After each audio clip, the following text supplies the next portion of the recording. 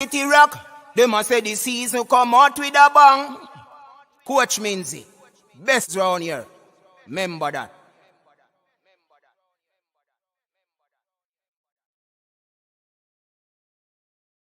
Your style and your flavor make the city rock. They must say the season come out with a bang. Coach Minzy, best round here. Remember that.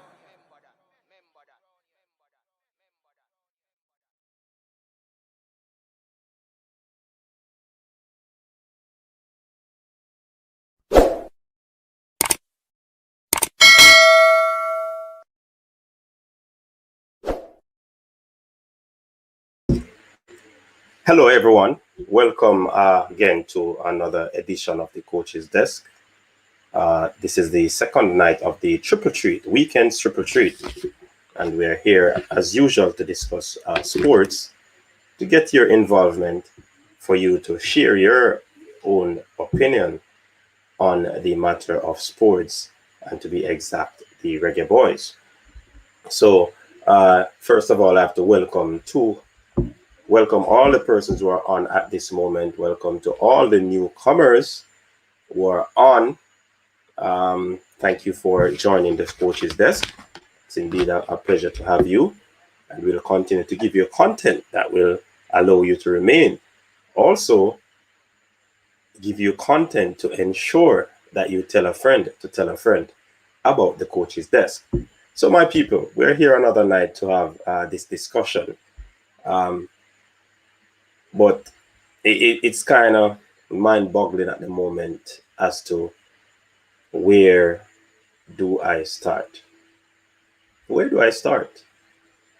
After such an encouraging game against the Serbs, and then to have this sort of performance, abysmal performance against the Japanese U24 team, honestly, I don't know where to start. But I'm certain that you have something to say on the matter. You know what I mean? And I welcome your opinion. I welcome your views. You know what I mean? But the views that you express on this show is not necessarily those of Coach Minzy. You understand? So what we do over here, we try to analyze, we try to give our opinion. It is also oftentimes supported with facts. You know what I mean? We have riveting discussion, sometimes controversial, but we try to keep it objective. You know what I mean? So we are expecting a very good discussion again tonight. Thanks to the loyalists who have always been supporting this movement from day one. We really appreciate the effort that you have been making in order to, assist so that this program will be able to move from point A to point B. In other words, it will move from strength to strength. So we're here again, as the topic suggests, who will make the squad after such an abysmal performance against the Japanese U24. The Euros actually kick off today, and there was a situation where a player in Christian Eriksen collapsed on the field. It was a sad sight, but from all indications, we learned that he is stable, and he actually made a FaceTime call to his teammates. So that is a good look. Yes, the Euros kick off from yesterday. Sorry about that. Yeah, man. Thanks for that correction. So yeah, it was a sad thing to see, but we're happy that the player is okay. He has been stabilized, so we trust that he will have a speedy recovery. And trust me, this is how life is. It just hit you when you're not really looking, when you're not really anticipating, because these regimes that these players go through, I believe that they would have been very fit and you'd suppose very healthy. But I mean, things do happen, and we are just happy that life has been spared for Christian Eriksen. So, panelists, are you ready? Coach's desk persons on the platform, are you ready? Talk to us. Let us know what you are thinking about that game last evening. There's a lot to say. We did a post-game review, and trust me, it was a shortened version, so would have extended it over into tonight's triple treat. So I can't wait to hear the views. Yeah, and trust me, it's gonna be interesting. I'm anticipating some of these comments, some of these ideas on what is the move going forward and what they would expect. You know what I mean? So, as customary, we go into the comment section, to big up the persons who are on, because we have viewers who are silent viewers. They don't normally come in the comment section and interact. We still appreciate you. You know what I mean? So big up to the silent listeners. Big up to the females. Big up to the ladies who are also a part. Some of them are part of the silent listeners. You have a few who from time to time come in the comment section, drop a comment, and then they move. So much respect to the ladies. When men talk sports, it's good enough, but it's when you have a female that can really reason the sports, trust me, and they are inclined to sports, it's a good look. It's a good look. You know what I mean? So big up to the ladies, and big up just about everyone. And of course, people, the golden rule. Once you enter the live, you simply hit the like button and share the live if you so desire. Because once you share it and you hit the like button, it will be far reaching. So we have present captain of the comment section, one Fresh God. Welcome, Fresh God. Big up yourself. Trust me, you have been doing a good job, Fresh God. Trust me. Just go on handle your business. Yeah, man. We see Ian Campbell in the building as well. Ian Campbell, big up yourself, Ian. Trust me, top man, Ian. Yeah, man. Jason Ferran, big up yourself, bro. Top man as well. Yeah, man, big up yourself. Say Ian get a wrench, man. I can't understand. Fresh God, Ian get rich. Not Ian. Jason get rich. Anyways, nevertheless, Jason, big up yourself, man. Big up yourself. See, Jason sharing the same sentiments of Fresh God's excellent work, especially last evening. Yeah, man. We had a stellar evening last evening. Over 400 people were on watching. You know what I mean? Really appreciate that. Yeah, man. Big up to everyone who continues to show Coach's Desk support. Yankner, welcome. Big up yourself. Top 10 in the building. Big up yourself. Beyonce Stan, welcome. Yeah, man, we're okay. Teddy Lee Gray, big up yourself, man. The original bagger. Bless up, coach. Tuning in from, is that Barbados? Welcome, man. Did I get that right, bagger? Tell me if I got that right. Please like when joining the live stream. Thank you, Ian. Teddy Lee, no more Kevin Lambert and Devon Williams. Teddy Lee is hitting hard tonight. Out of the blocks, quick and fast. William Soccer Academy, welcome on. Connecticut in the building. Sean Boss TV Sports Manchester United. Big up yourself, Sean Bliss. Yeah, man. Man U for life. You know what I mean? What was the score? 4-0. William Soccer. Richard in the building. You're early tonight, Richard. Liverpool Virgin out there. Yeah, man. Big up Fresh God again. Yeah. Principles of Football 101. It's Yardi Saucer. Where's the link?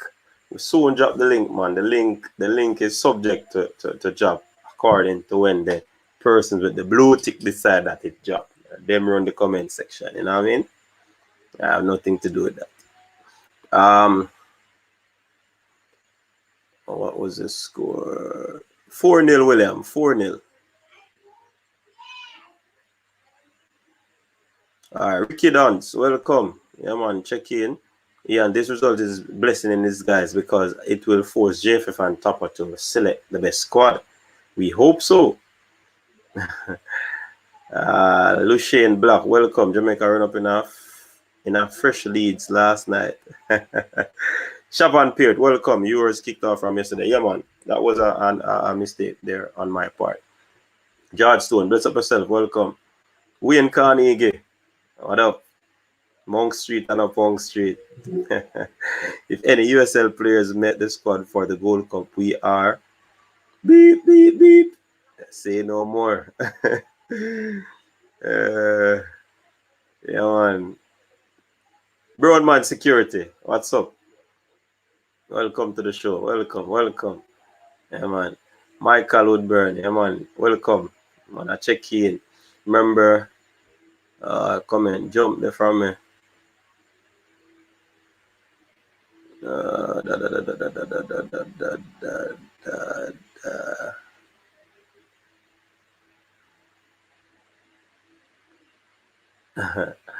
So much comment I got already, Bridget.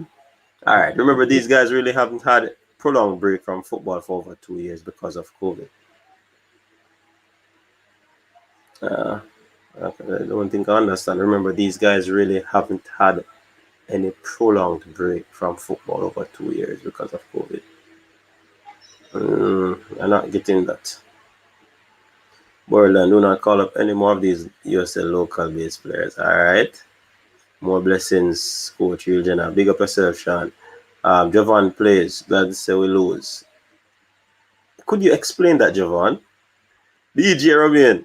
That's a bad game move on look to Gold Cup. All right. So, you know, we have a diverse comment section here tonight. Yeah. Kimra Christie, welcome. So need some quality midfielders, yeah. Michael Woodburn, North Carolina, clock in, welcome. Don't think any RSPL players should be selected based off the fact that they haven't played since last March. Okay. Sports to the bone, big up yourself, man. Welcome. People, sports to the bone is the cricket guru. Yeah? The man that talk cricket every day, all day. Not to say that he's limited to cricket, but you can go and check out his channel, people. Rapidly growing as well. Big up yourself, Lennox. Big up yourself. Sports to the bone, boss. Yeah, man. Precious channel, great content as always. All right, big up. Ricky Chopper. Some of these players don't ready for the qualifiers. All right. And if a cataract send on Ricky Chopper, the sound man over here. Big up yourself. Welcome, Ricky Chopper. Paul Marriott. Welcome, man. Principles of football as a coach link. Which link? We're not ready to drop the link yet. Principles of football. Early settings, man. I juggle, man. No, I juggle now. And then ready to kickstart the thing yet. Cornell Ray, welcome to the show. Waiting to see the real squad and see how they perform. Then we can analyze them and see if they will make it to the World Cup. Yeah. Couple of positions up for grabs after that performance. Of course, sports to the bone. I believe so. So, man, I get the pink slip, you know. London is red. Big up yourself, Parry. Ray Gibson, welcome. Big up to everyone, he says. Top 10 in the building again. Glad for the beating we get. Let it be a wake-up call. True. And also, it's a good thing that is not going to affect the FIFA rankings. You know what I mean? Jermaine Endix, best of course, long night yesterday with nightmares.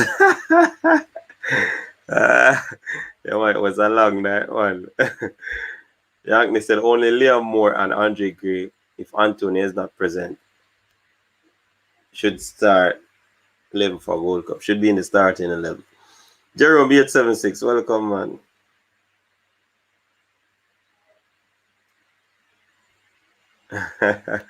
All right, fresh God, yeah, man. Him deserve it, man. Big up Jason again. Cornell Ray can't really assess them from trial and error. All right. Smash the like button, guys. That's what Sports to the Bone is saying. Yeah. Big up the silent Dexters. Enough respect. So, Fresh got the capo is saying that he's big enough to all the people who watch and don't comment. Yeah, man.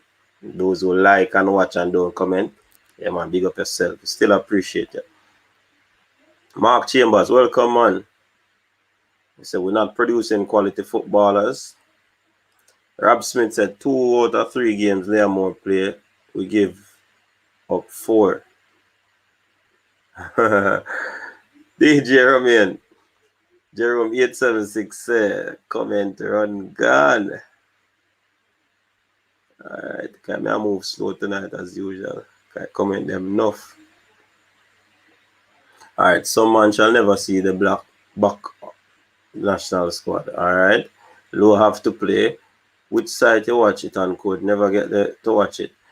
Well, we get a site that it crashed, and we get the next one on Japanese side.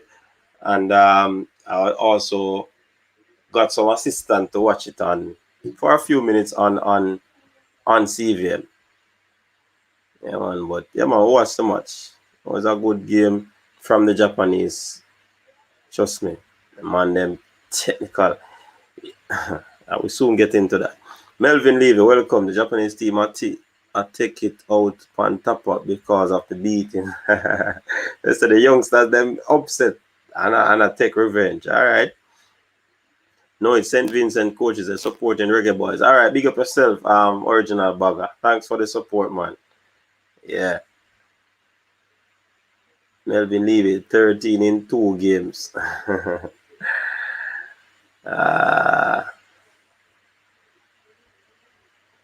Sports to the Bones. The scoreline against Japan will open our eyes. Yeah, man. Dre, anyway, that big up yourself. People support Dre anyway, just sports channel as well. Yeah, man. Jamaican content. Chelsea, man, they still are celebrating our sports to the bone. Dre, anyway, that I'm a look Ireland, you know. But the whole per money, I have to spend on 170G, on 170K to get in the big striker.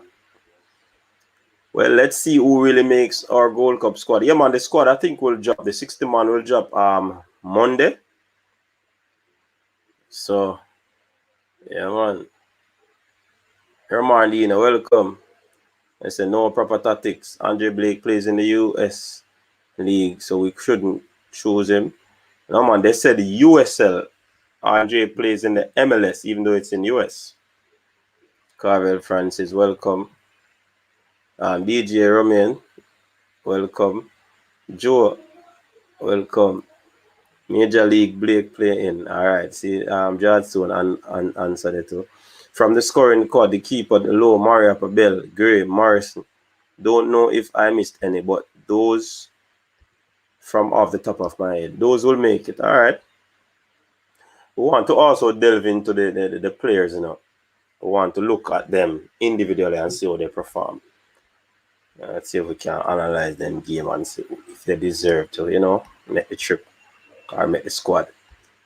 MLS players are okay, but we don't need the USL players. Let's look at the pool of 60 players tonight. All right. I'm confident with the likes of Leon and the other top shooters are in the squad. Big guns will be blazing. I'm not worried right now. The midfield is a problem area though, even though you're not worried. Real sad situation with Christian Eriksen today. Yeah, man. But he seemed to be pulling through. And definitely. Cornell writes, a GC family in the house. Big up yourself, coach. I mean, big up to the custodians, them, man. Big up, big up.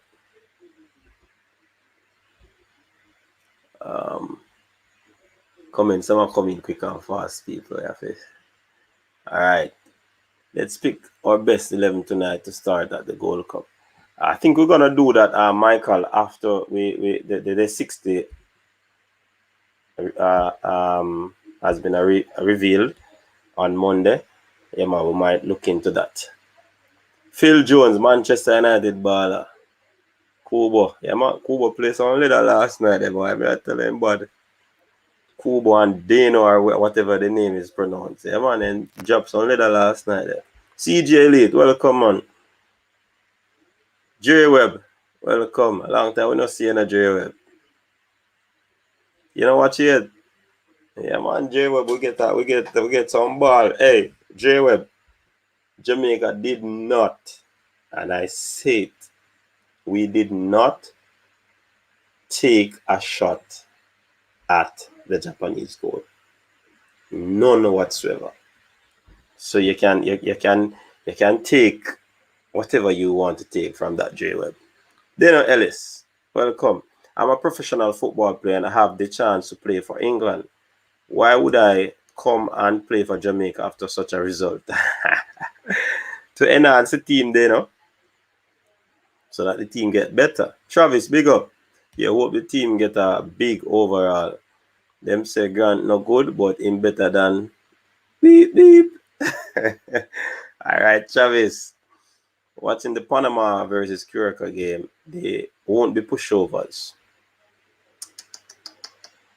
Tell them, man. Kevin Reed, big up, welcome. All right.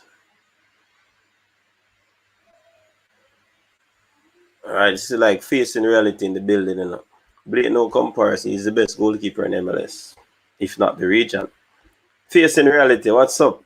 We need you on the panel to talk tonight, facing reality. Yeah, man. Welcome to the show, nevertheless.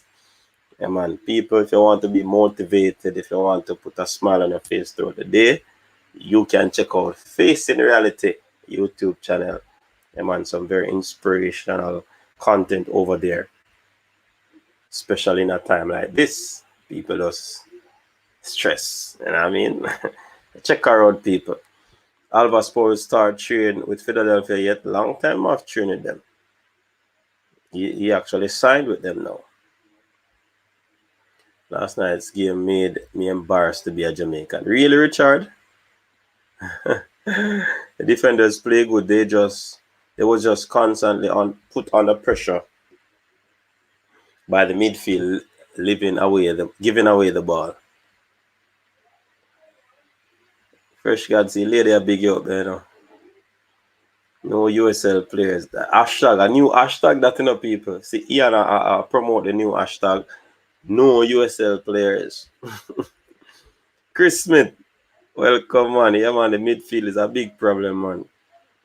Laurel, Maryland, welcome, man. Rob Smith, we have to be fair in our assessment. Liam Moore is slow and flat-footed. By the time he turned, the Japanese player was already celebrating. All right, Rob. I hope the reggae girls draw with the USA.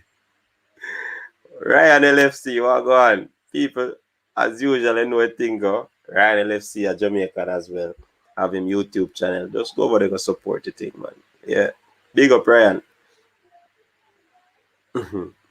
Ian, start a campaign, you know, people who are jump on to the campaign trail. Ian, what you say?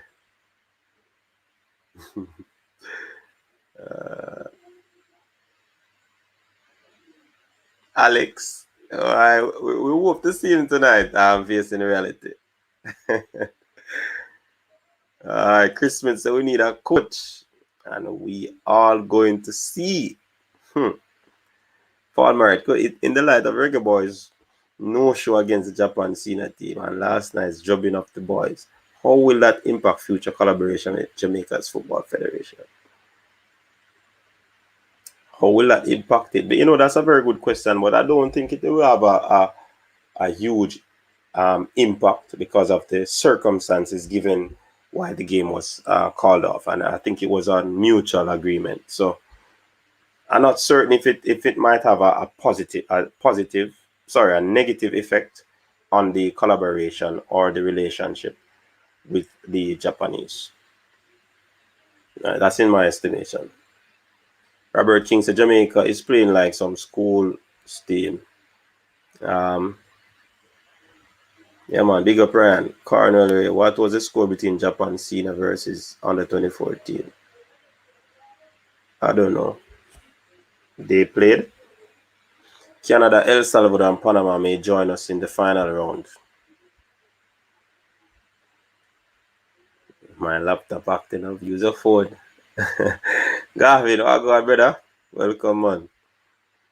Doreen Brown, good night, all. Please continue to stay safe. Enjoy listening and watching the great show. Respect, Doreen. From over there in, is it Maryland or Colorado? One of those places. Giovanni Brown, the team could have played better with a better midfield. Yeah. No one to transition the ball, but good wake-up call, yes. Lawrence Vigor is more rounded than Andre Blake. That is a matter of debate. Ian, easy, easy, Ian. Yes, all. Everything is good in your family. Okay, my voice are going. 14 games in the World Cup qualifiers. Coach, how much points do you think Jamaica need to make it to the World Cup? Let's look at it. It's a very good point to look at. Very good point. A whole lot of points. We can get about 18 to 20. Between 15 to 20, I believe. A serious thing, Michael. Serious thing. They said we need a Japanese coach. Somebody said there was a B license coach versus an A license coach. And as Chris has always been saying that we need a coach. But I mean, let's not just write them off just yet. Let's see. All right. Phil Jones never knows how 4 and him said, boy, Jano star.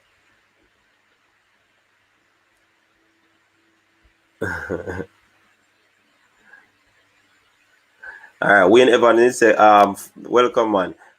Football change, USL players can't work, bro. Flavor Max TV, it shows how much Low was vital in the midfield versus Serbia. And Flavor, that's a good point, but it is also,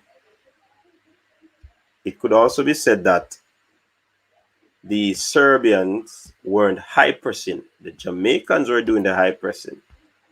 But in return, we got high press from the Japanese. They didn't give us any space on the ball. And we weren't able to counter that. So look into that, Flavor Max. Robert King, the coach is what? Old school. Okay. Large up yourself, Coach Minzy. Big up Mr. Cummins. Big up yourself. Johnson, the midfield was the issue in the USA game. I think it was the issue in the Japanese game as well. Curtis still seems to have hard luck in Jamaica. I tell you, boy. Coach, remember from day one, I'm telling you that, yeah, Chris has always been the one who's advocating that we get a coach, So, I mean, and he has always stood firm on that belief. Yeah. All right, so look like we'll get some update on some game too. Ian still pushing the no USL players. I say Ryan, fresh got the master perk. Yeah, man, fresh got and trust me, so Jason come join him there, and Dr. Joyful was at it last night, So I mean, big up to the people, them man. They are pushing this thing, doing an excellent job. Yeah, man. All right, fresh God say link and drop you now. Who ready? Over 100 people watching. Half an hour gone in the show. All right. So George Stone is saying Panama is leading. Is leading 1-0. J Anyweather Sports is saying the U24 team beat the Japan senior team. So the U24 is no joke team. Let me see if I can cover these comments. And where are we going to get these points? Because no one is going to serve for us and give it to us. Marvin and Gaseda, is the same J squad that played Serbia. Sports on the ball.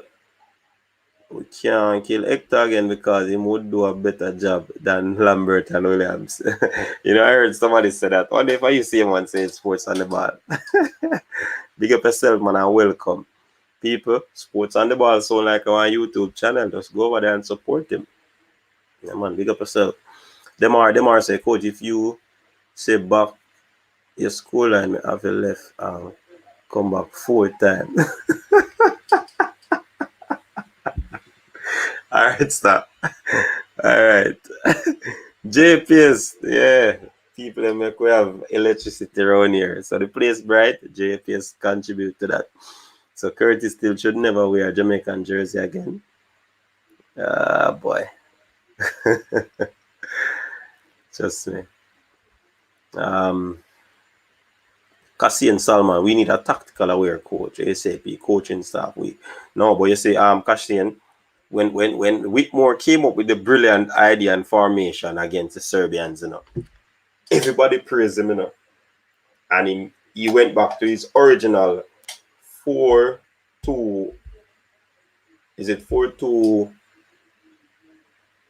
4-2-1-3? No, I'm gonna say 4-2-3-1. Yeah, 4-2-3-1, something like that. I can't remember right now. But he went back to his regular formation, and nothing happened. So when you say that he's not tactically aware, I don't really subscribe to that. But I mean, that's your opinion. But I just bring out the point of the changes that he would have made against the Serbians, and it worked. You know what I mean? And he went back to what he used to do, and it didn't work. So Wayne is saying the Gold Cup is the last chance for Whitmore. Let's be honest. They were playing Champions League, and Jamaica was playing on the. Hey, facing reality, we never know that. So you shoot hard, man. She's like a 17-year beat, man.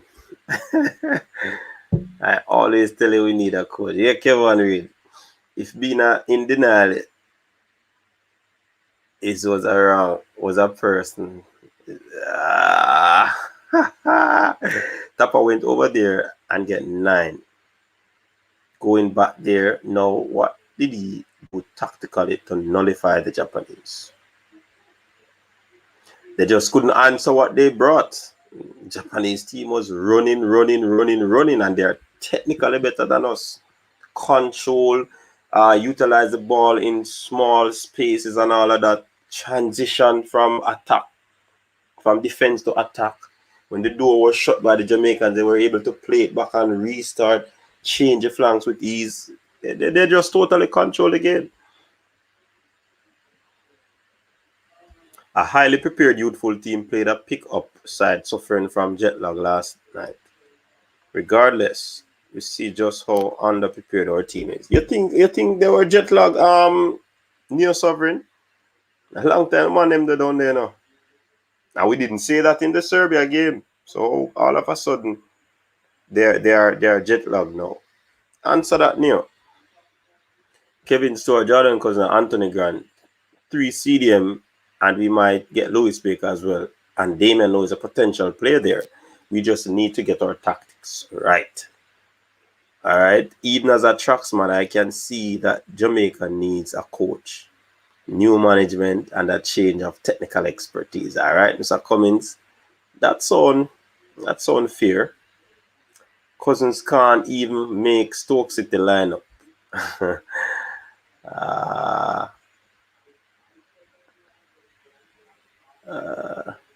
Okay, I have to forget about these comments in because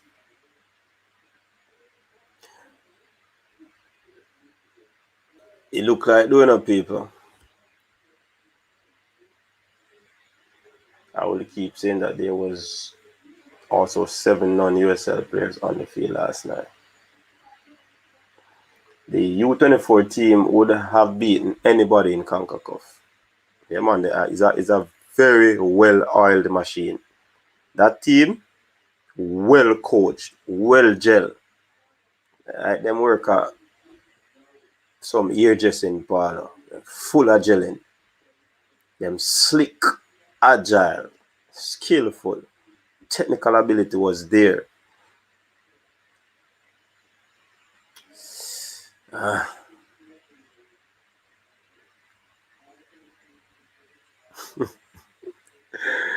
It's a Kanga Cup looking at Jamaica and laughing. Oh boy. Everybody has said the USL players not needed in the team. Is that a great consensus? Giovanni Brown, you say it wasn't Tapa's coaching. Man, come on, man. The $1 million question from last night, where was Tapa Whitmore? I hope him not catch the COVID.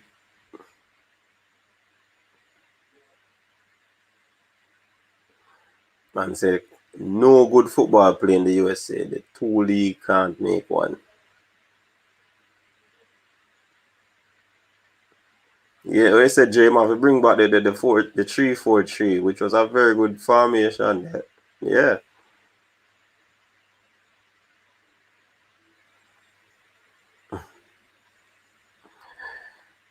Can't keep up with the comments, though, you know.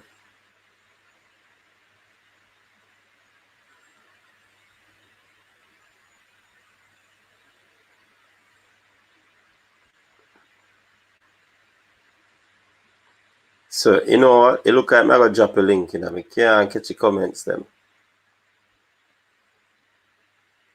Do you guys think Reggae Boys need new coach? That them are saying, Ryan. Yeah, I gotta drop the link. Remember, man, but me did try to catch up the comments, them, but you know, look at me, can't catch them up fresh, God. Can't catch some of the people, them are vent, you know.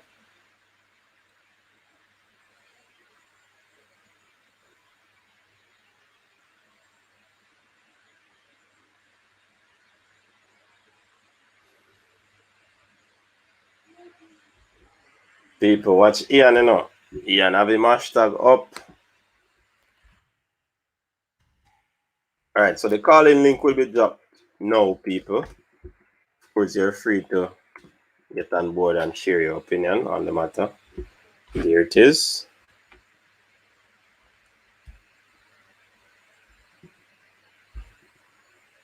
And just for clarification, the views expressed by people in the comment section and those who might come on the panel are not necessarily those of the coach's desk.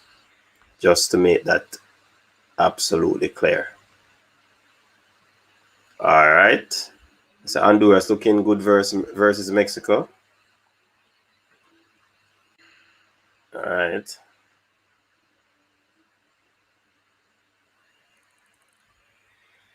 So Wally, so just keep us posted on the games. You know what I mean? Where's Cataract? Where's Cranky? All right, Cataract. I tell you, man, drink last night till him frazzle.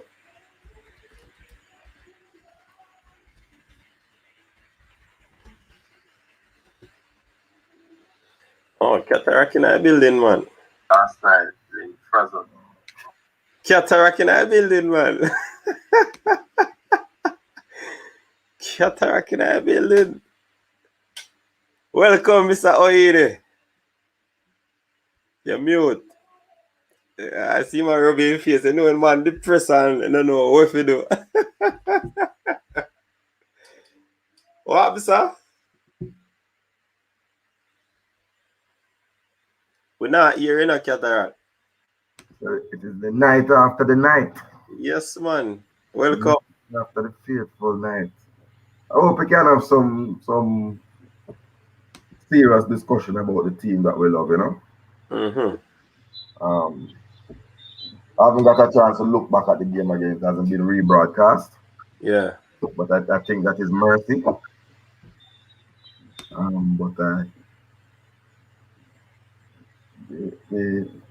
It's not going to be a pretty and pleasant conversation. But we have to be true as fans. Yeah. We don't want this to be the debacle. We don't want to see a debacle like this happening. I hear man saying, boy, we go on the road to them, we have to come back in fast. Man, I said, boy, it's, it's samurai them Yeah, chop man. Man, them pull out them sword, man. sword. I was supposed to be gunman, but we get sword. Yeah, man. Remember them, But man. some serious question, the man. Some, but coach, you have to ask some serious questions. Does Speedy Williams and Lambert have dual citizenship with Japan? Are they Japanese? Did the Japanese players not bathe yesterday? Were they green? Or everybody staying away from them? That's what I ask. I cannot think of I can't think of anything else that would explain what we saw. No, it was embarrassing. All right. That. And to know that we had a 9-0 defeat 2 years ago by some of these very same players, Mm-hmm. we should have had a warning about what to come. I think that it appears that the coaching staff took the team lightly, Certainly. underestimated them, and I believe that absolutely no analytics nor study of the Japanese under 23 was conducted. We had no idea what was coming at us, and simply just looked like shell shock. But you know, other voices need to be heard because it's going to be a long program. But I watched two. They were showing some rebroadcast. TVJ Sports was showing some rebroadcast of Kasafa under 17 Mm-hmm. tournament last year, and I took the time to watch that this afternoon. I'm hungover, you know. I'm going to get a cup of tea soon and try to fix myself. I'm depressed, and the very same things that we saw on the field there are the same things I watched. I watched Waterhouse versus Waterhouse was it versus Cavaliers, and I think Santos versus Harborview. The inability to control a football, poor finishing. And you know what? And I saw another game started. I couldn't identify a central defensive midfielder. Is that a position that we just don't play in Jamaica? Right? No, none of the two sides or the four sides I watched could put three passes together before the ball was turned over. So I'm wondering if that is the new style of play, the football philosophy that we have, which is to give the ball over to the other side and see how badly we can be beaten. Of course, it's bad, man. It's bad. A football on the field, and I'm not going to spare anyone. I gave him a 0.01. Hold on the Katarka. We're gonna run through. Hold on. We're gonna run through the team, you know. I have to take back the 0.01 from Tull because he was not singing the anthem. I had given him 0.01 because I thought he sung the anthem, and that was his total participation in the game. But he was not singing the anthem. I got to watch a little clip there. So Wait. zero. First time I give a footballer zero. Other man, come in, man. Yeah, man. We soon look at the players them individually and grade them, and then we decide in our estimation if these players would make the 60 coming up on Monday. Yeah. So we see we have Issa Allen on. Welcome to the show. What are your thoughts on the game last evening?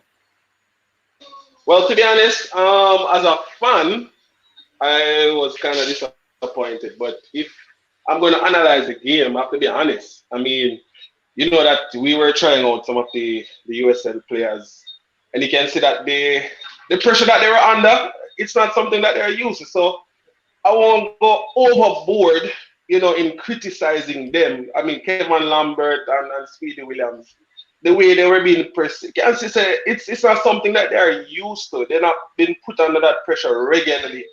So, I mean, I'm not going to be, going overboard and to say this and that. I mean, I understand that, yeah, they came into the team and the coach wanted to look at them. So now that the coach sees them, he can have a better understanding of what he needs and what he does not need.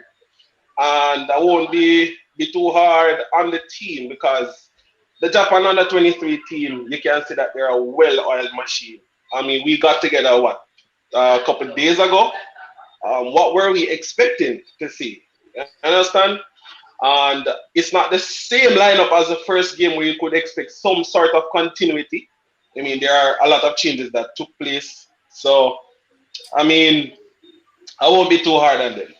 That's my 2 cents. All right. Jeremy. All right. Good evening, guys. Couple of things.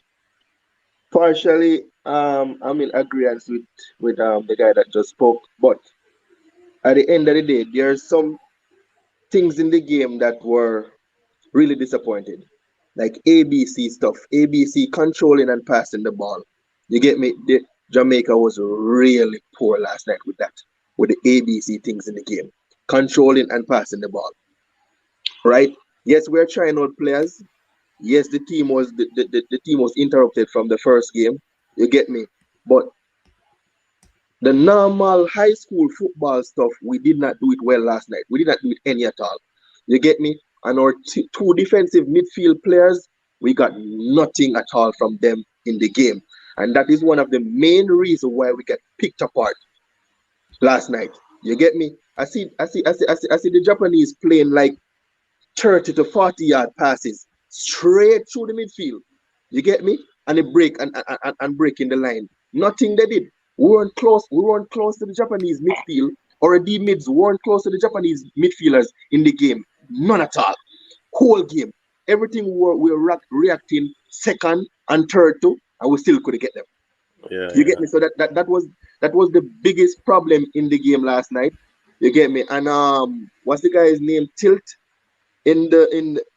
Whenever we start going into individual players, we can discuss some of these guys that we put out on the pitch to see what they're made of, and honestly, they're not gonna cut it.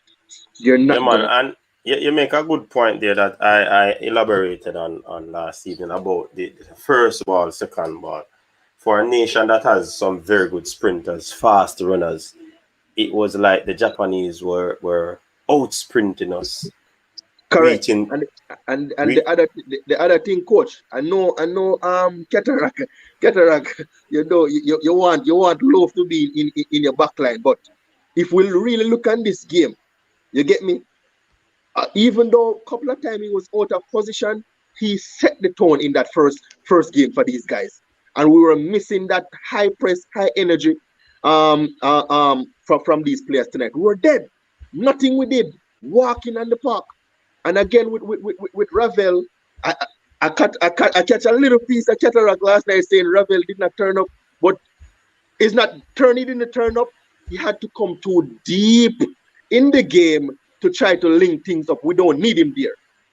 The guys, the 2D mid, none of them could actually take the ball and just pass a 20-yard pass to somebody. Not once in the game. Ravel have to come straight outside of his own 18-yard. I try to take the ball, link up play over there, so then go back up in the game to try to receive the ball again. And he not reach to him. Say, if you come back down there again, they're going to take away from the ball again that way, man.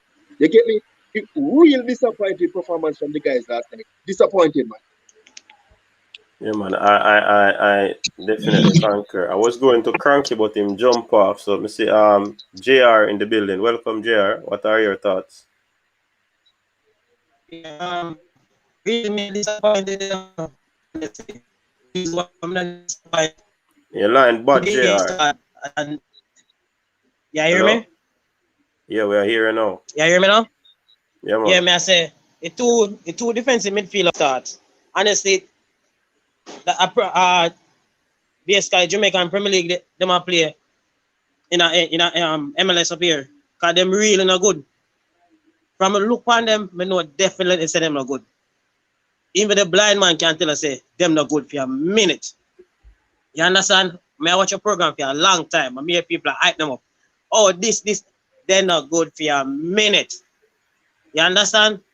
Me no need to see them in a training and nothing. Cause me live in New Jersey.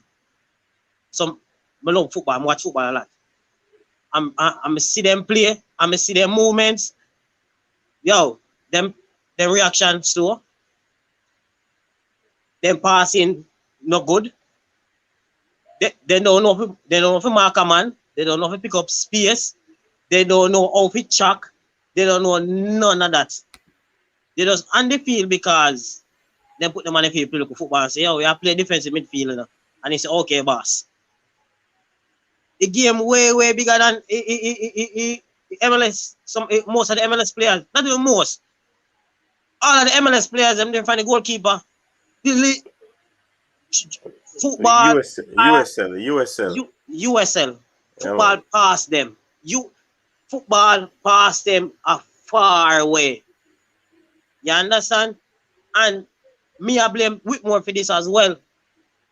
Whitmore, I carried them around from 5 years ago.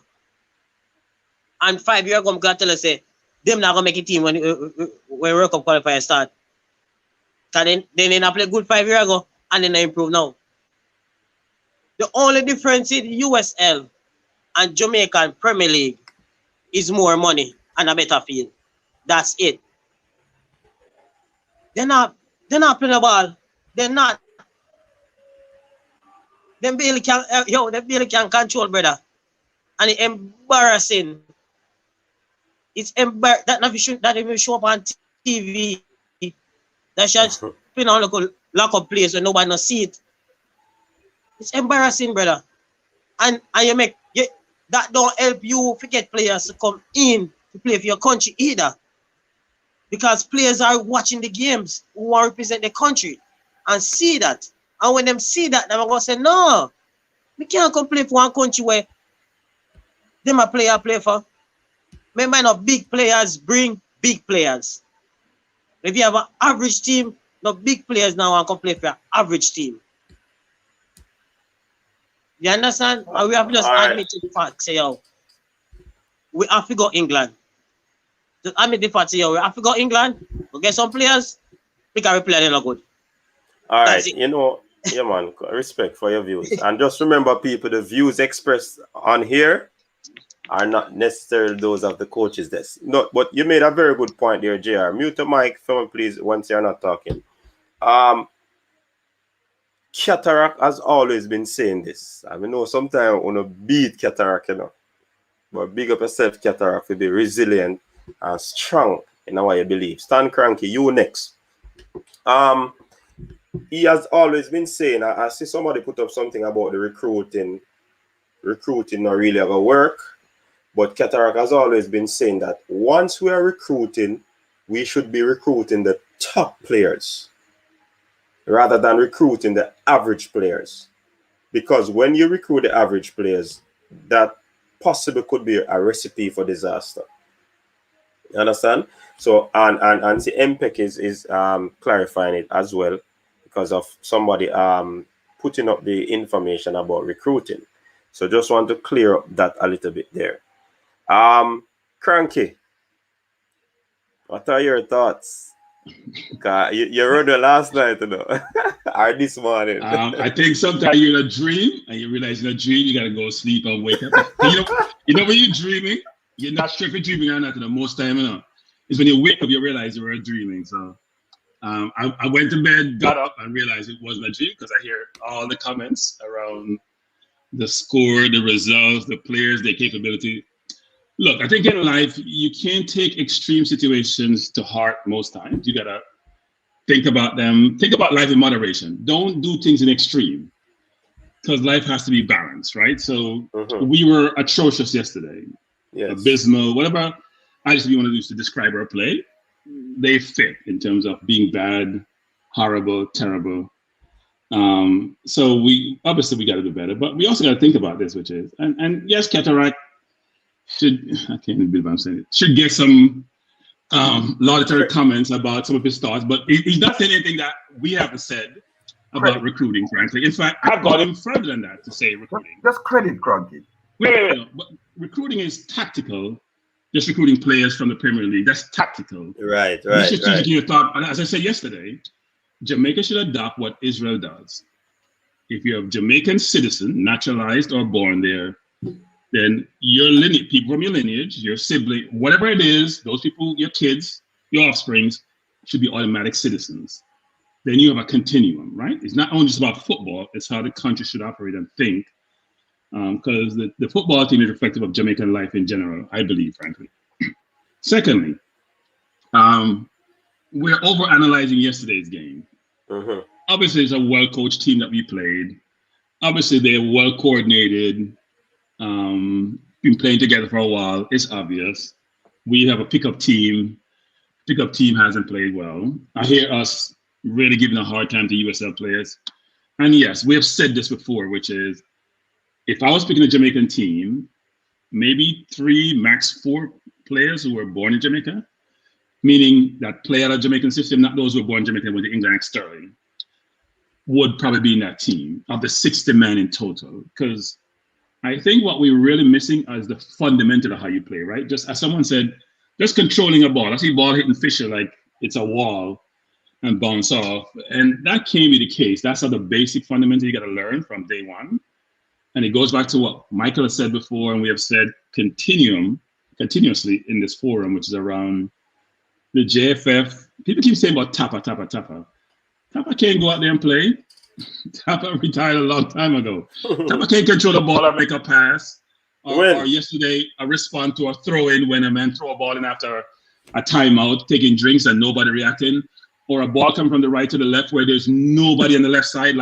It's like a whole vacuum, like a cow's patcher with no cause over there. It's wide open. Tapa can't control that. That's players on the field realizing where they are defensively, moving as a unit. So look, I mean, does the coach hold some responsibility? In some respects, let's not keep blaming Tapa. I think it starts at the top and resonates throughout the organization. And as we said before, the JFF should hear this. If you're in a job and you can't do your job well, then leave the job. Let somebody else more competent take the job. And as the coach said, this is my views, not the coach's best views. And my view is leave the job, because I don't know what y'all do. Period. Stop blaming the coach. Stop blaming the players. They don't pick themselves. They're picked by the organization. Our recruiting is awful. We have a ton of players. I've said this a number of times. Ton of players playing in a league who didn't develop. They are way before at disposal, and we're not finding a way to bring them into our organization. And we need them, because the one World Cup we made in '98 was 5 English players in the team and even more subsequent to making the World Cup. And we can't get there unless we recruit players who have been brought up in systems where they learn how to play football the right way, and not ones who just, we see them play, we think they're great, we match them up against other opponents, they fall short. So I don't think we should go totally overboard, because I didn't hear anyone go on the board and play Serbia and we drew 1-1. What is it, second team or third team? It doesn't matter. And so, someone talked about jet lag. My last point around jet lag. I mean, I don't think they got a lot of rest when they went there, right? They probably started training, because we saw the training videos. You need to spend time getting acclimated to function normally. And they may have hit a wall at some point, but I must admit yesterday, my last point is this, it was like you watching an event and it's under 20 versus Masters League, right? So Masters League people can't run, but I think Masters League football Masters League players can control the ball and pass the ball. So think about it, it's double, which is I can't run, I can't move, I can't control, I can't pass. If you think how much time you pass the half line passing the ball, it may have been just kicking it out, playing backs and forward. I kick it out, you take it back. And it was maybe the worst Jamaican performance I've seen in a long time. Really bad. Yeah, man. As we said, and as he said in the title, it's very abysmal, to say the least. When you look at the whole scheme of things, the entire team was off in shambles. Apparently it was like the other way around, the Japan national team versus the Jamaica under 24 team. These players ran ring around us, to say the very least. Trust me, it was like a training session for them. You know what I mean? And if you look at it, most of these players, we are saying that this is a B team, which, yes, not all of our starters would have been there.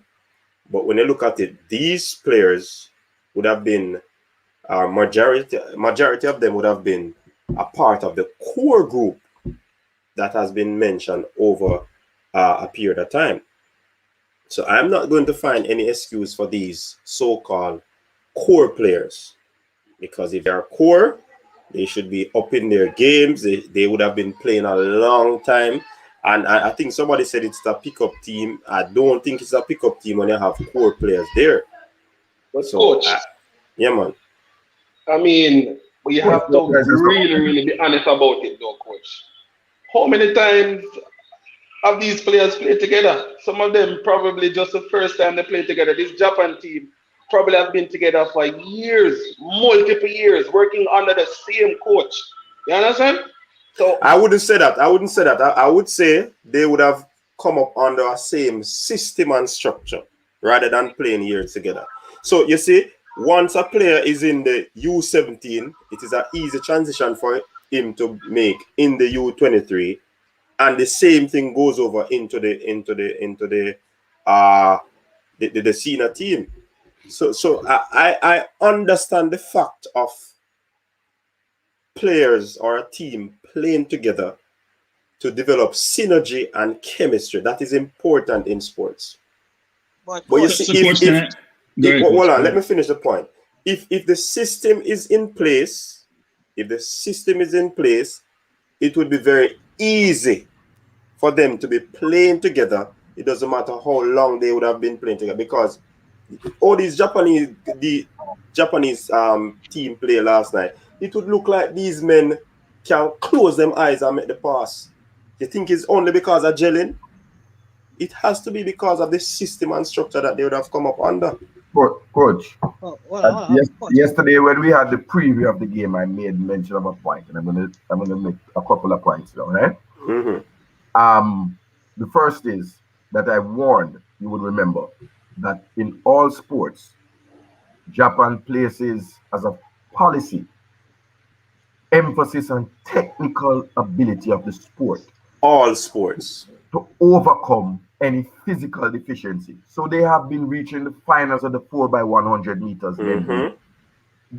Stanley Brown and those guys have come into the team, into the four, running on than 10 seconds by working on the mechanics and the very technical things and getting those right.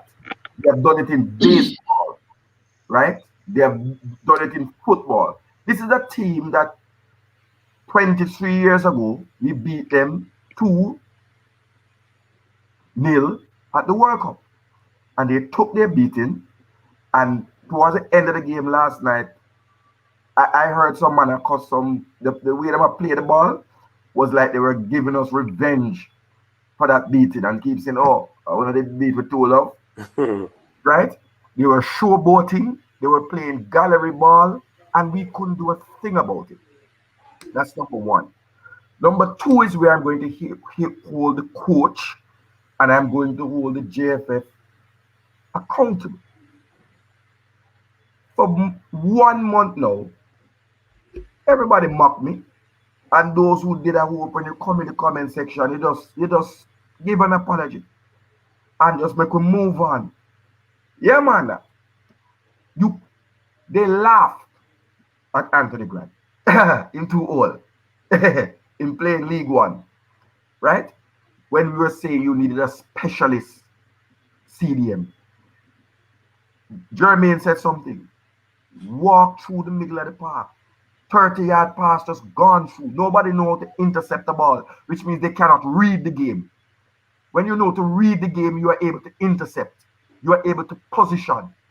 That's how you operate in the CDM. That's why the CDM role, you grow the older you get, the better you grow into that role because your football brain and football IQ, I think Jermaine, you said football IQ, right?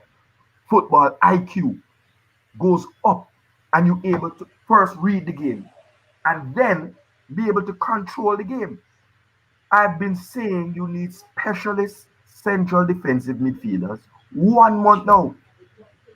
And I cannot forgive And I will not forget, and I will keep reminding, that a player was there at the airport in London begging for a chance to pay his own way and come, especially CDM. And we laughed at him and we mock him. A man will play all 33 games for him club. The highest pick 3-time win the Premier League with Chelsea. Oh, yes, he was a squad player and he was 17 or 18, but he was at Chelsea, won the Premier League twice. You don't get that development from Jose Mourinho. Kevin Stewart, who we had, who we could have called up because his paperwork has come in, so you could have said he's going to be Jamaican, who grew up in the Liverpool system. We have at least 2 specialist CDMs available to us. They laughed. They mocked. And I'm talking from the top of the JFF right down. And it translated into the comment section. Everybody, hey, the coach not pick your friend. The coach not pick your friend. Well, we didn't need the friend there. One thing I'm going to say, my brethren, it's earlier, the players not playing together. They have been. These players have played together since under 17. Some of them under 20. They were part of the team, the under 23 team that went to Panam and didn't cover themselves in glory. They went to Japan afterwards and were battered 9-0. These are some of the same players, the same Kevin Lambert, right? The man them a drop off of the show. Yeah, Man, them gone. no, the man them a be. We're here. I'm not sure what's happening to the video. No, are we playing Japan? Are we coming up against Japan? Because this is the kind of performance from the I try hide. No, man. I mean, I'm experimenting. I know where to say. Don't lie with more. Don't lie with more. Don't experiment. Don't experiment. So experiment to get you. As a coach, you have to learn the experiment. Are you Coach Tapper? But Coach, I must say, right? Look, here is my understanding of the fundamentals of international football. You start your strongest side for every match. And when 45 minutes come on, or 60 minutes, you ring in the changes. You don't keep changing the entire starting team. Nobody does that. You have a consistent starting team. We had a team that played fairly well against Serbia. And you should start that team. And then as the game proceeds, you take out players. You then have to say to some men, like Tull, who basically wrote a message to you and said, look, I am no good. I can't play ball. From the first game, he has done the same thing, Be totally out the game, touch the ball, and in the first 2 minutes and 49 seconds of the game, Tull touched the ball and it go out. Javon East lost the ball when it went up to him just outside the box. Pull up, Qatar. Pull up. Jason Ferran say if you preach with some fire emoji. Big up yourself, Jason. Continue. And could the congregation say amen? Because I did spend some time yesterday telling you about Wes Harding and his offensive ability. And I was taken to task. I was almost put to the sword the way the Reggae Boys was put to the sword. People say, milk it. No, man. No. I'm saying I'm not milking it. I'm playing my dub again. Allow me to play my dub again. This is a combination. One more pull up. Money come on the board. No, but seriously, coach. When we have the stats don't tell the whole story. But I want somebody to say that the stats do tell you something. I did warn. I said to you that Wes Harding, once he passes the halfway line, his crossing percentage, his passing percentage is 55. That means 1/2 of his passes are errant. But person said to me, if I know that that's not how the coach, my good friend Devon said that is how the coach instructions. So I take it that I'm waiting for Devon to come on. That the coach's instruction were to give the Japanese a run out and pass the ball to them because they have an Olympics coming up. And we are not to beat Japan. Because that could be the only thing. So CDM, we had a problem. And we knew we had a problem at right back. So there's nothing new. What we didn't know is that the entire supporting cast was not good. When people say you have fight against local based players, and this I'm gonna shut up after this and make some other man come in, I have to drink my Cersei tea because the hangover bad. I tell you. It's not that we're fighting against local based players. I've been saying this. Local based players born in Jamaica who play in the league and developed in Jamaica need to step their game up. Because this thing is world class. Nobody knows. You take the Japanese man and say, oh, yeah, man, remember say you come from Hanatown, you know, so want you because you're Jamaican, but me not shame you. I love reggae music. No, it doesn't work like that. Man, eat your food. The only thing left for them to do was salad and pile one away, and that would have just put the cap on the game. And please remember, if you were playing with VAR, the score must be 5-0 because that was an own goal between Damian Lowe and Jaden White trying to get on the score sheet. Because that's the only thing you could tell me. He was trying out for the striker role. Because why else would you pull the ball into your own goal? More voices. So a couple of things. One is, I think in this forum a little while back, and even more recently, we get a lot of pushback from individuals that we're not giving the Jamaican players a chance. We're not fair to them. We're bringing in too much foreigners into the team. But I think if you listen to a lot of forums, people just want to win, right? You want results. You want positive results. And the question is, how best do you attain positive results? It can't be because I want to just support my local players who need support and they need to improve. And we're going to find a way to help them improve. But they're not at the level now that they need to be to compete at an international level. It's very, very obvious. And it's not one or two players, it's a number of players.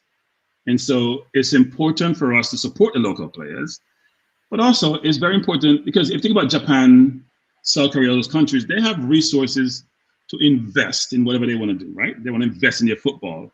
They can get the best coaches, they can have the best facilities, and they can allow their players to develop. They can create a system where the competition in the country is such where the players are playing against good competition so they can improve. We don't have that in Jamaica. We, as I always said 101 times, we do have some place we can go recruit those players from to help us, but that's not sustainable, frankly, unless we create an environment where, you know what, those players are always going to be there. We need to leverage those players now, at the same time, really be deductive in our thought process about how we develop football in Jamaica to a level where our athletics is, where our track and field teams are. Because if you want to compete at the world level, you have to have a system in place, investment in place, hierarchy, structure, strategy to achieve your objective. We keep repeating this over and over again, and it manifests itself in these situations where we look really lost at sea. I'm telling you, if you watch the game, it's amazing that a team with professionals, no matter who you're playing, could look so horrible on a football field. Like it was beyond belief, frankly, to watch the game. You can't control the ball. And it's not just the local players, it was the entire team. Let's not give bypass to people like Liam Moore, who ball is passing through, he's one-on-one with a forward, and forwards leave him alone, and he's supposed to be a championship player with aspirations to play in the Premier League. Tilt. Don't mention Tilt. Tilt wasn't put the playing. play on his stronger side. No. Tilt wasn't playing. Tilt was in Japan on vacation. He was not playing. Let's not talk about Tilt. I don't think Tilt is at the standard he needs to be. He's just like a Jamaican player, frankly. He's not at the standard he needs to be. I'm frank. Second time I've seen him play, and I've seen enough. And I always talk about big sample size. I'll take a small sample size on Tilt. He's not there. Kedarax is right on West Harding, but we've never said West Harding was a great offensive player. I think we got carried away when he played. No one said he's a great offensive player. I think Formula was saying that we shouldn't denigrate his offensive ability because, you know what? You can't say he's horrible. He probably was okay. It was talking about overall player's capability, not one attribute in his repertoire, right? So I do think that yesterday gave us some food for thought. As I said, we can overanalyze this game and bemoan what transpired, not thinking about, you know what? We have played other games. We weren't much better against the US, frankly. Maybe a little bit better because we scored a goal and we thought that was it. And we lasted for 50 plus minutes without giving up a lot of goals. But I think the US game and this game, because we played 3 games more recently, should give us some food for thought to say, you know what? we needed better players to come in, not only to come in as a group and work together. Because even if you're good players, you still need to, as you talk about synergies, cohesiveness, operate as one team. Because yesterday, Japanese were it's like a FIFA game you're playing. You're on a board. I go A, you go B, I go C, you go D. They were well coordinated, and we were lost at sea. And you made a very good point there, Cranky. I don't want persons to get it wrong that we are blaming the local player versus the British born players. It's one Jamaica team. So these players who went out on the park, they put in the performance that was unacceptable. So it's not a local versus it's one Jamaica. The same jersey them put on. The only difference is that the numbers were different on the jersey. You know what I mean? So we are talking about the entire team, not a sect of player. So we see we have Miguel joining us. Miguel, I want to share your thoughts. Yes, Welcome. yes, yeah, man. Well, thank you very much. And I like the unity in your program. You understand me? It's doing well, and I've been watching for a while now. But Respect. my little two piece that I have to put in is that I'm not sure why you guys are totally surprised about the Jamaica team. You understand me? Because to me, just that the team is a reflection of the culture of Jamaica. We are more reactive than Proactive. there. Yeah, man, we're hearing you. Wi-Fi and access are far them outside. Oh, hello. Yeah, we're hearing you, Miguel. Okay. My headset went out. We are more reactive than Proactive. proactive. Mm-hmm. You understand me?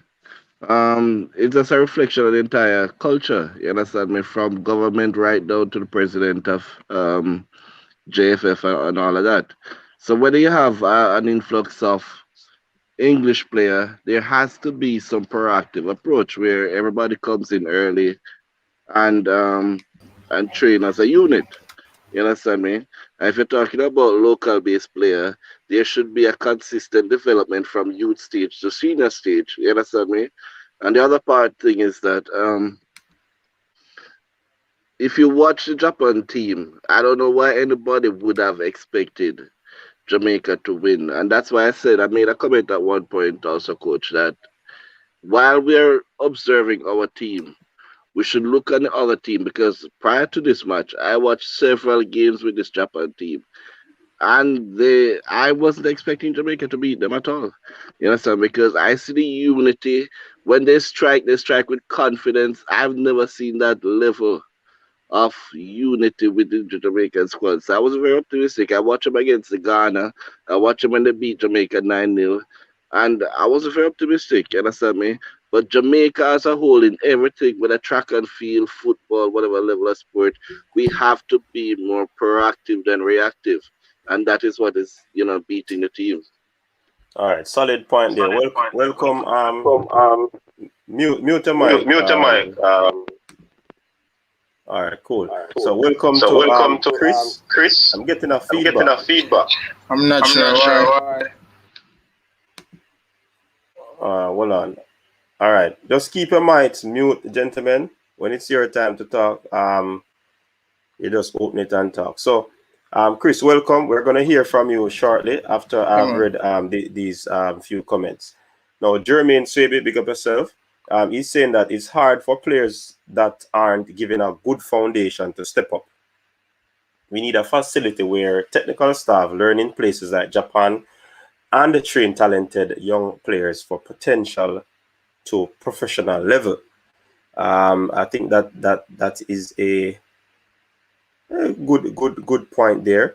And another coming from Tennessee Lewis, big up yourself. The coach on the JFF need to blame. If you are coach and you want a player, you make the effort to get them. And them, I heard the general secretary saying he needs to go ahead from the coach to speak to Redmond. Okay. All right. All right. One more coming in. 1-1. Big up yourself. We should be building a center for the best children in the country where they stay, are educated, free, and trained from young right up to 18 years old. Some good points are being made by these persons. Chris, you want to chime in? Yeah, of course. Good night, gentlemen. Cranky Cataract. It was a pleasure to be here. Uh, Infrastructure is very important. You know, when you look at Spain, you look at Germany, guys like Julian Draxler are training from their young, coming up now to the World Cup. That is what a lot of people were so amazed by, because a lot of teams, they're training from their young. A lot of them train together from their young, and that is the problem. We don't have I spoke about it. I entered a competition for ESPN where I spoke about there's no transition at the collegiate level. You know, forget university level. There was always a transition, or when the guys or females, if you want to put it out there was a progress from they were young. Butler has reiterated it time and time again, and we never listen, because we all know how Craig, sometimes it's not what you say Oh, it. Craig Butler said it, that there's no infrastructure in place for youngsters. There's none, and that's true. Where is an academy for these youngsters? Where is an infrastructure when they're teenagers, when they're toddlers, when they're kids? There's none, and that is our main problem. So what we have to do, because there's no set infrastructure, we have to go to another country, ask persons to come from other countries and come here to play for us. You know why we go there? Because there's a structure in that country that we're going for. That's the big difference. Where there is structures, that is where we're pulling for. England is where we're getting our ballers now. There's a structure for England. There is youngsters on that are coming up. Marcus Rashford came up in his progress when he was young. Phil Foden won the Youth World Cup a couple years ago. Was the best player in the Youth World Cup a couple years ago. Now has transitioned into the senior team. There's no transition, and that is the problem that we have. That is why we have to fish people from those places. Now there's an interesting point that I want to bring out, and Martin Davis is a guy that went to Spain, went through the ranks of Spain, saw the structure of Spain, because he used to go to my alma mater, which is St. George's College. Went to Spain, saw the structure, saw everything, saw the transition and the progress of youth. Why isn't Martin Davis being even looked at all? And Martin Davis has been in Europe for years. Not one, not two, but for years. Martin Davis left at second form at St. George's College and came back in sixth form. That's 4 years Martin Davis was in Spain. 4 years in the Valencia youth camp. And we don't hear anything about Martin Davis being included in the squad. Why can't we get Jamaican-born players who have experience in youth systems playing in this squad? That's the problem. If we don't have experience, how are we going to progress? So we need that structure. And if we don't have it, it now gonna make sense. We are believe and hope that we're going to the World Cup, because it's not gonna happen. yeah, man. Good points there, Chris. Coach, it's not only about Jamaican-born players, right? It's not only the Jamaican-born players. I think Yes, yes. we have to first get our mentality out that everybody is a Jamaican, Everybody's a Jamaican, man. right? And I said this last night, but I wake up and say it again. When I reiterated and look at how the man and talk. Garrett McCleary, for example, is a Jamaican international with several caps under his belt. He played an entire season in League One, same league that Curtis Tilt is in. When we got to Japan and we realized that debacle, there are players that we could have called upon to just come in, stop the gap, stop the rut. That if you went on the field and things were going haywire, right, you could have had some changes to make. But all of a sudden, and I say this, every Jamaican, regardless of his age, is under the Constitution guaranteed the right to work. You cannot discriminate against somebody a Jamaican on the basis of age. That's in the Constitution. Yet the JFF does it on two things. First, they tell somebody, they told Ben Godfrey, basically, you're too young to come in at the side. Then tell Anthony Grad, you're too old. So I believe that when you breach these fundamental things, you come upon these things. We must live in a meritocracy. Whoever is good and is performing at elite level or world-class level or a level better than ours should be given the opportunity. I can understand if the player is equal to a Jamaican player born here, you would want to give that player locally the opportunity. But if you have a player that is demonstratively better than what we have, come on. What we saw, and I'm saying, for me, let me start to look forward now before Coach Emek will break down one quickly and see who always score the players and what we thought about the performance. But let me see. I expect Monday morning the JFF to say, I'm calling up Kido Taylor Hart and Zach Brown, centre back at Norwich, who was born in Jamaica, and say, look here, Kido Taylor Hart, I'm giving you the captain's armband for the under 23 team, and I'm starting to build a team around you, yourself, and Zach Brown, who are two Jamaicans. Kido, you have the passport thing going on. At least you're on the path. Zach Brown, you're born here, right?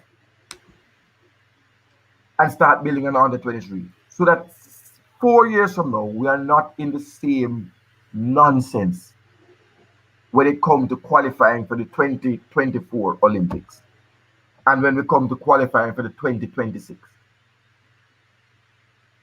When you do that, come September, when we play the schoolboy league starts back hopefully in September, you then add now to what would be a core of technically sound, Cronky says it, developed on somebody else's money, right? You don't spend $1, and then now you add to this thing and build a team for 2026.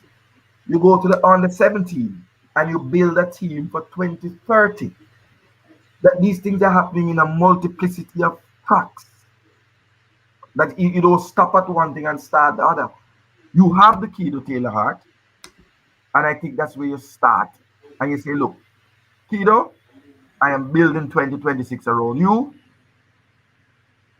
Come on board, and you identify some other players.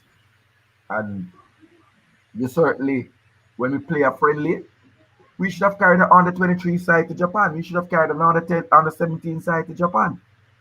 Because you have to spend money to earn money. I'll say this actually. So we very much focus on, we talk about the best talent, but we're very much focused on the team that plays football. And my perspective has always been that to fix any problem, not fix symptom, fix the problem, you got to fix the root cause. And I'm not here to bash anyone, but I'm going to bash them anyway. We need better talent in the JFF. That's where you start from. That's where you need your talent. That talent then get cascaded downwards and permeates the entirety of the football program. You can't talk about talent on the field and how you recruit and how you develop your play when you don't have the talent at the zenith of the organization.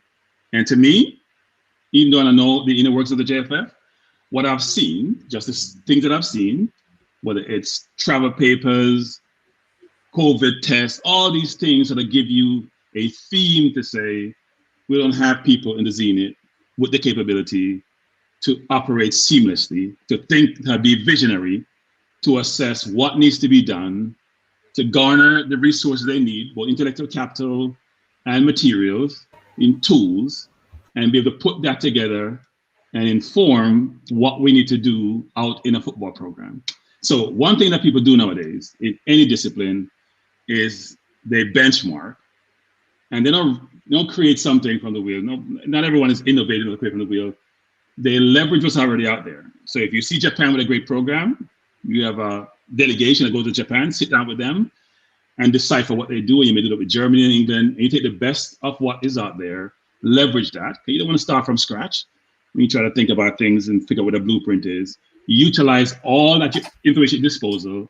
In today's environment, information is key and information at fingertips. And you use that intelligence to help you think about what direction I want to go in. As Cataract rightly say, your vision here can't be just the 2022 World Cup. It's a much more long-term vision. Because what we've talked about in this program a lot is around, we need people, we need the players in Jamaica to be developed, the local players to be developed, not just leverage the international based players, whether they develop in Jamaica or in the UK or someplace else. We need a program in Jamaica that people come through the ranks. And part of that could whole be, as Cataract indicated, there are young players who have Jamaican lineage who want to be part of the program. You bring them in, it could be an example. They could even help those who are much younger in terms of their own development, and even provide access to them to get to play someplace else outside of their current environment. So I do think it's a much bigger issue than just the talent on the field. Because I can tell you, it doesn't look good for a country where there are a lot of people in the society who have a problem with utilizing foreign-based players, and the local players are not at the level they need to be the ones that we call upon to go to duty when we have to go play international football. So we really need to think about, from the top of the organization, not just focus on the players on the field. Yeah, man. Well said, yeah, Cranky. Before you come in, Chris, I want to ask a question. Who is going to be that individual that is going to take up the responsibility of saying, enough is enough. Let us forget about the past and move forward in developing our football. Because if you notice, as Cranky said on this program, we are all for the quality coming in, but at the same time, we also emphasize the infrastructural development of the local players. Because once that is developed, also, it should be an easy task when quality comes in and quality is there. So I want to know who's going to take up that responsibility. Somebody in the hierarchy needs to just, I don't know what to say. Go ahead, Chris. Yeah, Cranky, before you say anything, Cataract and Cranky are 100% correct. Now, if I'm a player, Cranky, Cataract, hold on, Chris. Let me read this comment. Sorry, Jason Ferran, big up. Don't forget Emil Smith-Rowe, Reese Williams. Let us apply pressure. Omar Richards is another. Let not wait until their head is turned. Very good point. You may continue, Chris. Yes. So I am glad that that person, Ferran, came and made that comment. And it is something that I want to say that really makes sense. Now, if I am a player, right, I am somebody that is looking at other options, because quite frankly, England is not going to be my 100% option. So there's too much talent there. If I see what is going on in the JFF, am I going to take myself and come to this place to represent the country? I'm not going to do that, I am definitely not going to do that. So if there's no structure in this JFF, now I can't tell you who it's going to be. I don't know if Cranky have eyes looking at somebody that may have that mindset, or Cataract, or maybe even Jermaine. But I don't know who is going to take up the ranks. but it has to be somebody that is willing to have a structure. There is no structure. Because if I can tell you, I can guarantee you, there are many persons, Mason Holgate, Emmett Smith Rowe, Reese Williams, Omar Richards, that has affiliation with this country. But I can guarantee you see what happened to Ben Godfrey? Don't be fooled that Emmett Smith Rowe and Reese Williams never see that what that was going on, Don't think that they didn't see, and they didn't hear what's going on, So if they hear that, Ben Godfrey, oh, you're too young, you can't play. And I, as a player who may not have a looking from the Three Lions in Europe, in England, and I want to come somewhere, you think I'm going to lace up my boots and play for the black, green, and gold? I'm not going to do that because there's no structure here. And if you're willing to turn away somebody that I know that is born and raised in the country that I was born and raised in, me not gonna come represent you because there's no structure, and you're willing to turn back somebody that is good at his age, very good at his age, and is now getting a looking from the Three Lions. Me must step myself and come here. I'm not going to do that. So there has to be a structure there. And if there's no structure there, represent the country. All right. Couple of things. As it regards to the structure, yes, we definitely need a structure and all of that. And based on the structure that we're talking about, we're gonna need money to implement those structures. That's one side of it. There's other way we can implement those structures also. We have some brilliant coaches in Jamaica. Some brilliant minds are still there. What I think we can do over the next 3 to 4 years to get this thing going, right? All of our exceptional players from the Dacosta Cup, Manning Cup, and all of that, we get them. The JFF and Craig Butler, they need to squash whatever they have going on. You get me? And start pulling together, start putting those brains together. When we get these group of guys and we bring them into a training camp, if we can't afford it, let's bring them in for a month or two, right? I don't know how much of you guys like the style of football that Neville Bell plays with his St. George's team, but I see a system going on there. We need to start linking all these coaches' minds at a camp. Let's forget about the money. Let's just give some service back to the country for 3 or 4 years and develop something with these players, and we can get somewhere without all of these bag up millions to create facilities and all of that. You get me? Let's just start off here, putting our differences aside, squashing all of what's going on, and link all the brilliant minds together to develop these players, and we take it from there. You get me? Even right now, we don't have the structure right now, but we could have been doing things differently for this squad right now to be better. You get me? Like bringing the guys in for camp early, man. You can't just bring them send them go down to Japan or send them go down to Saudi. Do one day, 2 day session and feel like we'll get all of what the Jamaicans them want to see out of the players. We're not going to get it that way. You get me? We don't have the money to create the facility them. Let's try to put something aside to bring in the guys them early. Make sure that they're comfortable. You get me? Because if the ball of them not comfortable, them not gonna put it's a mind thing, man. Them not gonna play the right type of ball game that we want to see, So if we can create the facility them and then things, let the simple stuff that they're asking for, let's grant it to them as the JFF. You get me? Make sure the man them travel properly. Make sure that you bring in the man them early and the man them comfortable and all of them things there. And the small things can end up turning to what take us to the next level. All right, big up. Sean, welcome to the show. Long time, man. What is your take on? Hey, thank you for having me. The JFF and football in Jamaica needs a cultural change, and it's gonna take some amount of financing. The cultural change it's gonna be hard for that cultural change to come about. Yeah. But that's what we need. I mean, we need a cultural change in the organization. Guys, we know that, or you guys know that JFF doesn't really have an active social media platform.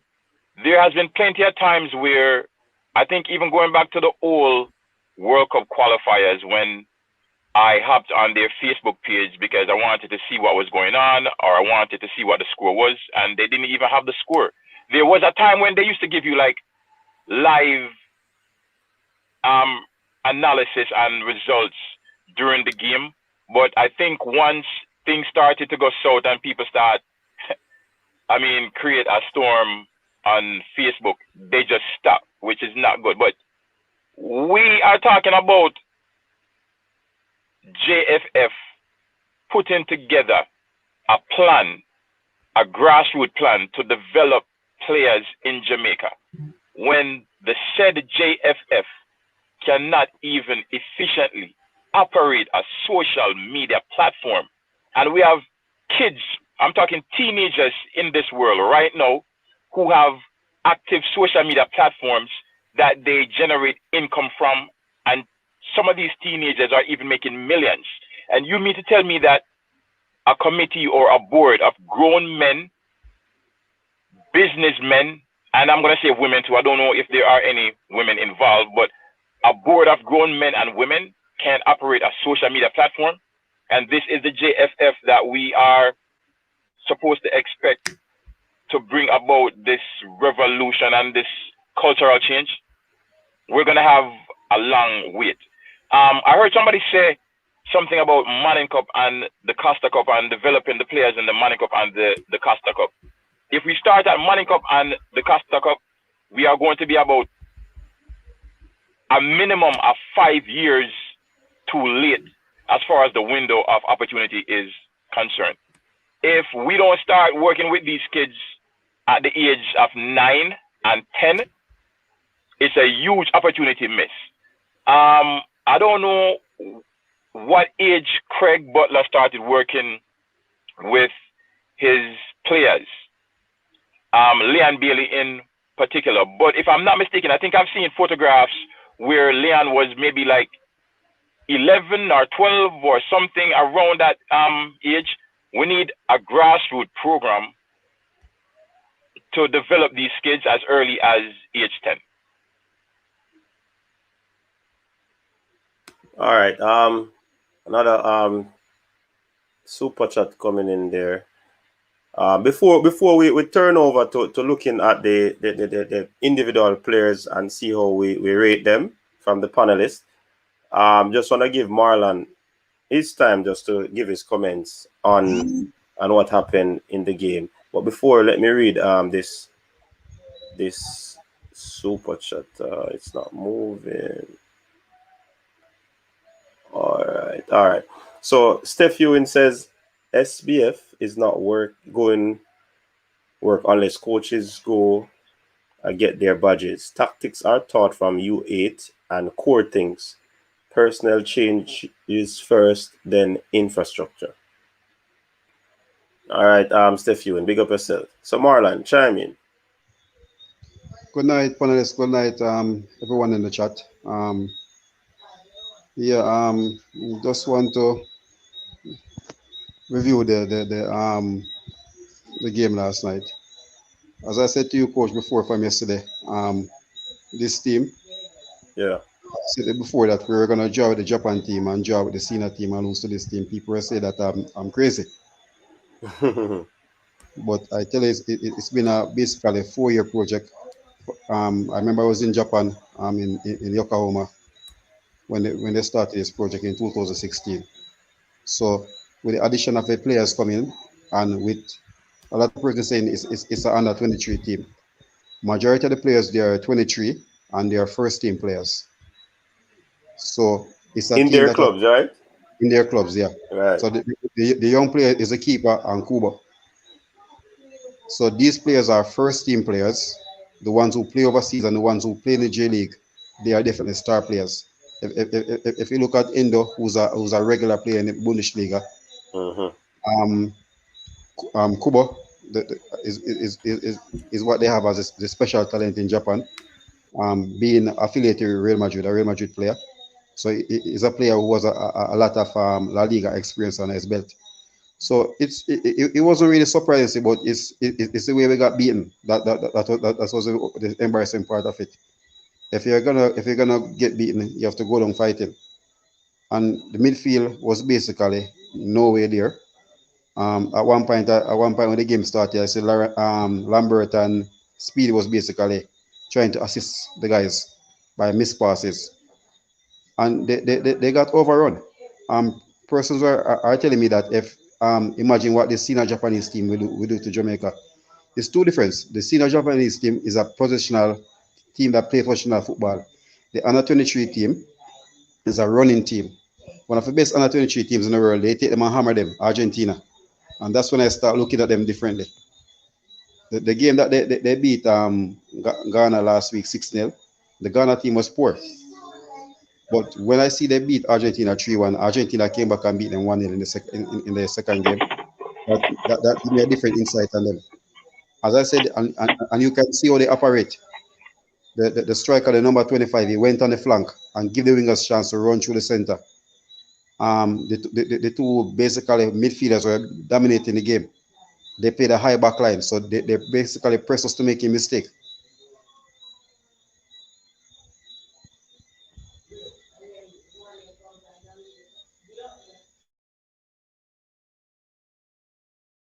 Coach, you can't hear you now, or is it me? Oh, you hearing me Okay, now? now we hear you. Yes. Oh, sorry about that. Yeah, man. I'm saying, let us run through the whole team and see how best we can, break down their play and rate these players. Starting with the goalkeeper. Cranky, since you spoke first, I'm gonna ask you to, You talking about Dylan? Yeah, man, Dylan Barnes. I thought Dylan was a player of the game, which tells you a lot about the game itself. I thought Dylan did his best as he could do. He made some very good saves. I hear people talking about, well, it could have been 5, it could have been 10, it could have been double-digit scorer easily. I don't think they were clinical, frankly. I think Dylan made some very good saves, positioned well. He get the ball out of his feet pretty well. I think you saw clearly the difference between the two goalkeepers, between Dylan and the substitute. But I thought he played. He didn't do anything for us to say, you know what, he shouldn't return. Unlike Attila, or unlike some other players, he did well given the circumstances.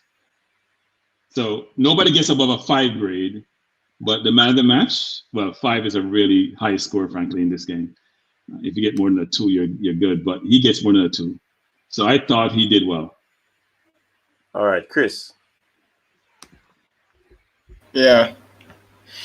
All right. So the goalkeeper, I agree 100% with Kaki. I think the goalkeeper was the best person on the field for us. He made some fantastic saves. The first goal that actually scored, actually, even with 3 players in front of him, was still able to get down and put a hand to it. It was just too late, in my opinion. That was the reason why. And some of the goals that scored, I don't think Dylan could have done a lot with it. But a lot of them were to the top, as we'd love to call it. So in my opinion, I don't think that I think that he was the player of the game, to be honest. He made some fantastic saves. And I think that if he was not making those saves, we could have easily conceded at least 6 in the first half alone. That's how dangerous that Japanese team was. And the guy stated this Japanese under-23 team is a running team. They were passing around this Jamaica team like we were cones.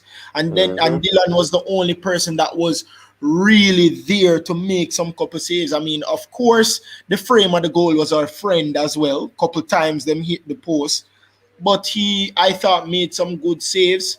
I would have wanted him, though, to command his box and communicate with the back four more. I think that, in my opinion, I don't know if it would have made a difference, but But I just think that Dylan was better than a lot of people have him for. Chatara, what you say about the catch should be? No, he was not involved in the catchy shooting. We have not come around to Luca League. And please don't play my tune early. All right, sir. We pull it up. That is what people call an anthem. We're going to talk about one Ravel Morris. I'm going to tell you that. And that way, all of the time.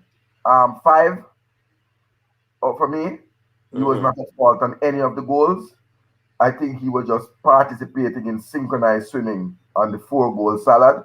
So he took the cue from the 3 players in front of him and gave us an impression of a lady working on the back road at Portmore.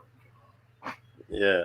All right. In before I get the others, I think he had a decent game. I'm not certain about the man of the match. You know, we share difference in opinions. And we respect everybody's views. Coach, don't let me disrespect you. Coach. Here, I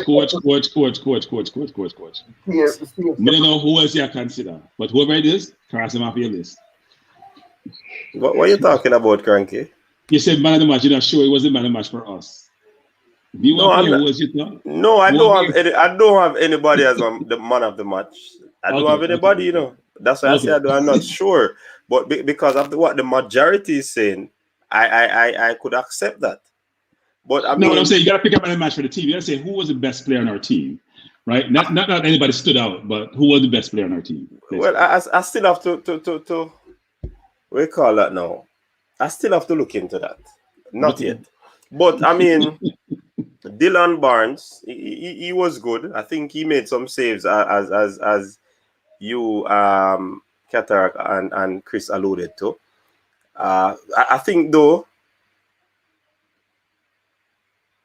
the position though, in terms of the one that went through the nutmeg goal there, in my estimation, I think he was too close. Is either he was too close to the players or the players were too close to him so that he didn't have any vision of where the ball was. That is my estimation on that goal. It could be either way, where the goalkeeper was too close to the last man, which was Tilt, and Tilt was too close to him. But I think the assessment so far has been fair in terms of what he did in the game. Marlon. Yeah, I gave him a 5. He was the difference between probably us getting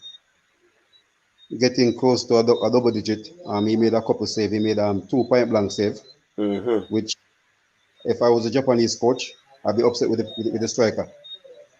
But it was basically a 1-on-1, and he went across the goal and the keeper saved it. So I think a 5 is fair enough, and it could have been a bit more commanding. The first goal, I won't really blame him for the first goal because it was a deflection when Kubo cut in. Then he went through Lee Salad. So I think he might be a little bit close, but I think the 2 deflection basically caught him off guard. So so a fair assessment. I think 5 is good for him. I think he, as Cranky said, I think he was the best player on Jamaica's team, and he basically saved us a double-digit score. Jeremy, watch the game.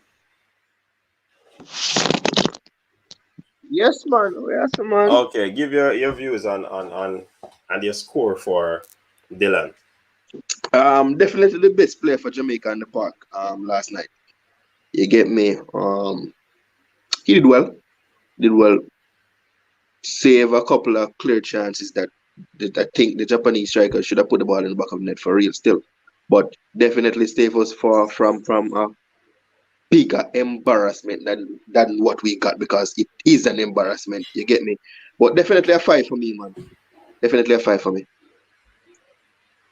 All right. Crooks.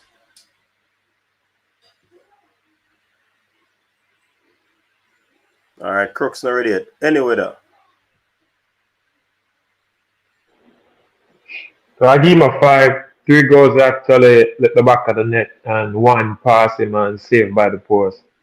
So otherwise from that, him play a good debut game. Otherwise from the score sheet still. So I give him a 5. All Not an right. optimistic 5 neither. Okay, so everybody's basically on the same wavelength where the score is concerned. Crooks. Yeah, man, 5 for me too. 5 for me too. All right, cool. So Hear me? yeah, Hear me? man. Yeah, man.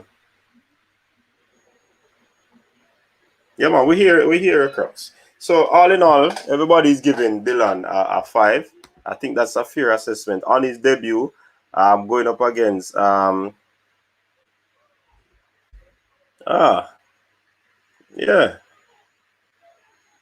Yeah, man.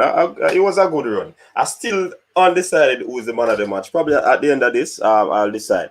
Now, Wes Arden, Marlon, you kick this off. I gave him 2.5.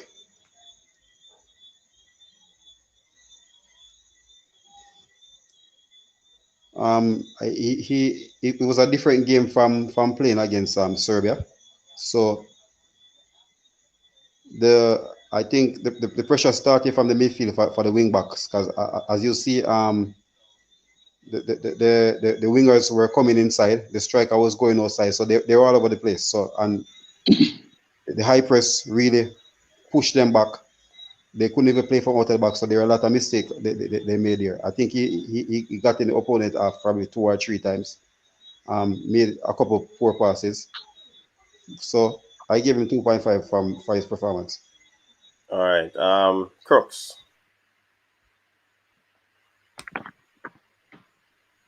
No grade for me, no. None for me. 0. Jay. This Japan team exposed Arden, but exposed also shows a lack of attacking skill for a right back, right wing back, which me would have put him in my formation, but me I overthink that 4-3-4, the 3-4-3 formation with the Arden still. So I don't know. Believe they need to go back at the right centre back position under Tapa coach. So which would mean that one of the CB them preferably more likely tilt or go lose a spot. So it's either tilt or Arden I go make that Gold Cup team. But Arden score for me 4. Chris. Well, I wouldn't give him a 4. I wouldn't give him so much. Wes Harding now. As a wing back, you have to be. What makes you cut above the rest as a full back is the fact that you are able to be versatile. And what I mean by versatile, you must can attack as well as defend. Wesley Harding going forward, there was no good forward pass that he made. Overlapping runs, it was basically non-existent. I give him a 2, not even a 2.5. I give him a 2. Cranky. So I'm thinking about the grade actually. So that means if you took a test and you can score 10, you got 20% right. You got 2 right out of the number. Mm-hmm. And I'm thinking about the players. I think Dylan Barnes, I didn't say it was a 5. I don't give Dylan Barnes a 5. I give him a 4. Nobody deserves to take 50 out of 100 in that game, no matter how you want to play. Secondly, I don't know how we give Wes Harding a 2. That's a huge score. I graded Jamaican players from 0 to 1, apart from the goalkeeper. That's the range I grade him from. Nobody gets a 2. That means you get 2 right. In that game yesterday, what did we do? We kicked the ball out and it came back. We kick it out and it came back. We passed the ball to the other team. You can't get a 2. That means, think about it. 2 means 20% of the game you were in the game, right? That's how I think about it. You weren't in the game 80% of the game. We weren't in the game at all. Harding gets a 0.5 out of 10, right? He gets a 0.5, and that's a high score for some people. I'm telling you, because some people get negative. My 2's deep. I start too early about this score, but you can't get a 0.5. You can't get a 2-star. That means that 20% within the game, maybe you could enjoy the game. No point during the game did I enjoy any part of that game. None. We had 1 attack where Javon East make a bad pass to the right. I think it was to Malcolm. We had a counter attack 3-on-1, I think it was. Apart from that, we did nothing. He gets a 0.5. Can't give 1 a 0.5. And I'm generous. Catch it, Shubi. Your turn. Income style called Catch a Shubi. First, I want to know what a decent 1 out of 20, 1 out of 10 for me. Did nothing defensively, and I might have said 1.5 because I knew what he could not do, and he didn't place himself out there on the right back. The coach placed him. Marlon. I started it off, man. I gave him a 2.5. Oh, you started. Sorry. Jeremian. All right. Harden. I'm gonna give him a 1.5. Right. He played a right back role last night. I'm not expecting him to go forward a lot playing in that role. Occasionally, he should have went forward and give us a better delivery in the box. But I'm not expecting him to be up and down the line unless he's deployed as the fullback in the game. However, go back to that formation that Tapa used in the first game. And what was that guy named that was playing the right fullback? That didn't distribute properly. Fisher. All right, Fisher. If we get all of our attacking players, hopefully, to come in the squad for the Gold Cup, I would like to see that formation with one Bobby Reed playing that fullback position. Agreed. Was that? Bobby Reed is a striker. No. I know why I said that. That man can play that position well. That's why I said if all of our attacking players come in, you get me? We can distribute him there. And while distributing him in that position, right? If he's going up and down that line, if we're having our way in the game and he's going up and down that line, then one LB will dip inside and give him that wing to do what he can because he's physical. He's active to go up and down the line. But that guy that was deployed there in the first game in that position, the double team work defensively, but going forward we got nothing from him. So I think I can still use Harden in that position with help. So if I can get Bobby Reed to help him out in that position, that would be good. But for this game, it's a 1.5 for me. All right, and as Jason is saying, beat them cranky. Big up yourself again, Jason. Cranky, means nothing tonight. All right, so moving over to the next fullback. Amari Bell starting out with the cataract. I'm not sure what Amari Bell did in the game. I can't really point out any. I mean, apart from he was a part of the 4-man synchronized bus year. Beep, beep, beep. Right? All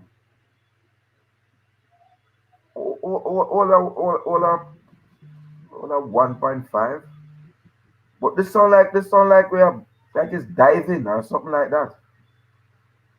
It must sound like a football scoring thing, but yeah, 1.5. He was better than Harden, so.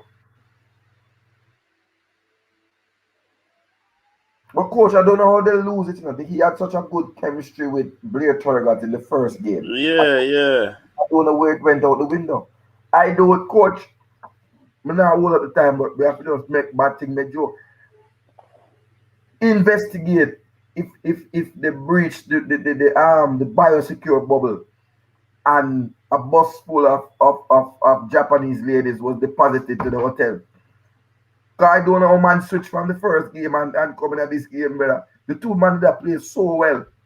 Yeah. So cataract styles makes Ching Lee and Ming Lee. Why am I mash up the ball? So cataract styles makes fight. So if you're playing a team that's pressing you, you don't get time on the ball. Think how Liverpool played maybe a year ago, not necessarily this year. And think about Man City plays. They're playing you real high. So if you can't keep the ball and play the ball out, I'll play the ball over the top and let them have to play a more traditional formation and style, then you're in trouble, right? So they get no time on the ball to coordinate, to synchronize, because as they got the ball, there was someone in their face, and they didn't know how to get out of trouble. So Cranky, give you a score right now, man. For who? For Bell? Bell get the same score as Harding. Okay, He was just there, 0.5. Chris. Yeah, I'm not sure as to why Bell and Turgot just seem to basically disconnect, like they have a bad Wi-Fi connection in this game, because in the Serbia game I thought they were much better in terms of linking up. I think the first goal, Amari Bell did not close down the space. Him and Tilt did not close down the space at all. I think the attacker was it was so easy for the attacker to cut inside. And once they cut inside, he wasn't bad closing down that cutting, you know. I think defending the space was the problem for Bell and Tilt. I just think there was a disconnect. I'm not sure as to why. I don't know why I give Wesley Harding a 2. I'll probably drop that down to a 1 and give Amari a 1.5. Anyway, quick and fast, gentlemen. Quick and fast. All right, so Bell, give Bell a 2 still. Blame the coaches them for poor performance. Because I believe them should have make some adjustment for Sister Kuba that feast on the side of the field, and he needed the necessary help over on that side there. Tapper should have made some. Well, I never tap on coach still, so I don't know. 2 for Bell. I don't know what going. Marlon. Yeah, I give him 2 because I think most players, once you're playing international football, and you should have some form of scouting, and if they're watching football, they should know Kuba is a left footer. So as a defender, a left back, and you're a left-footed player, and you know the guy's left-footed. You want to try to keep him on his weaker side, not to let him come on your weak side. And I think that's where he fell short there to the, leading up to the first goal. So I give him a 2. All right. Crooks.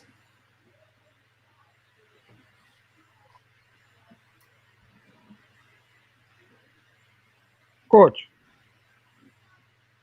Did I hear me, coach? Yeah, man. Yeah, only 3 persons get points to me, you know. So just you can just skip me. The rest of them are 0 fully, you know. Only 3 persons get points to me, and a 4. And the keeper, Ravel, more put in look a tackle, and when him come on, me say a defense when him come on. Him the captain, him. They play CDM for you. Damien. Yeah. And me see and Gray too, because me see when Gray come on, me see him kind of hold up the ball when me never see you see that, but nobody else. So just skip everybody else to me still. All right. Welcome, Profound Ministry. We notice you have been active in the comment section, and I decided to jump on. You grade, Bell.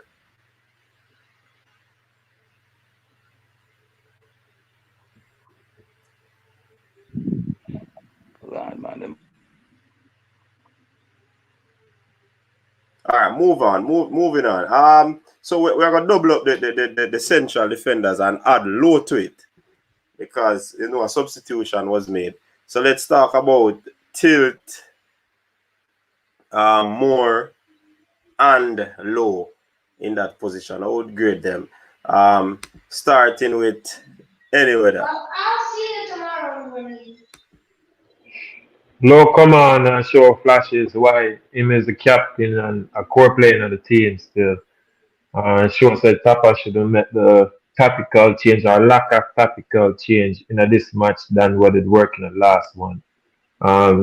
As far as more, it kind of the playing against the Japan speed and tactical ability, and this Japan team, it kind of shows some of the weakness in a more game still. So, and then Tilt now, I don't know what Tilt that do, but you want to grade them in a all, like the defense, the center back then? No, man, give them individual. 1-1. All right, so Low, for the time when they're on the park, although that one goal that got through him leg, I give him a 4.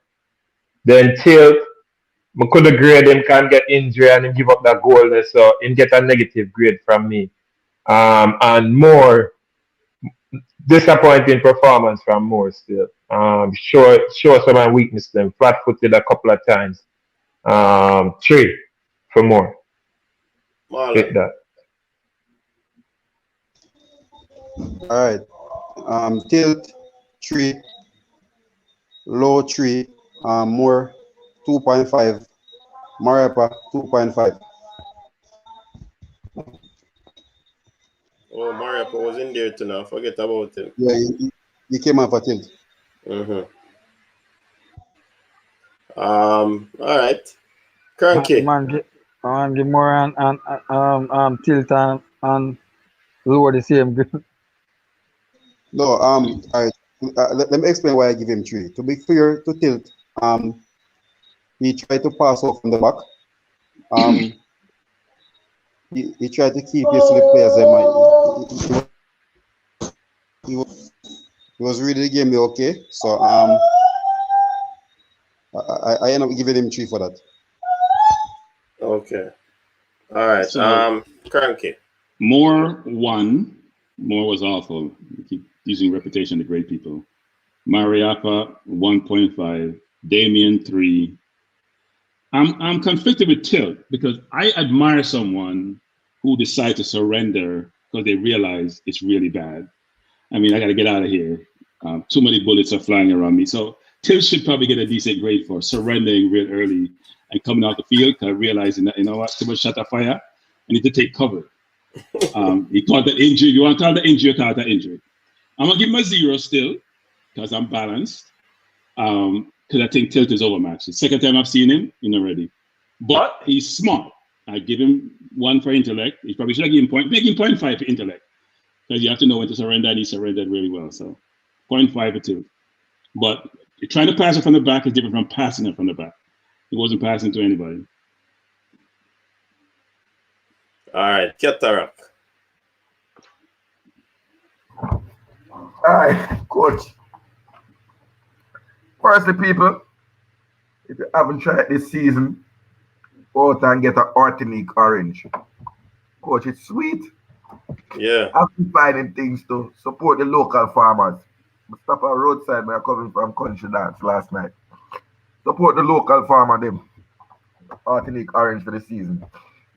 Good thing about Jamaica, even when the football bad, something good in the country. Curtis Tilt. I wanted to give him a 5 for an acting performance, but Cranky beat me to it.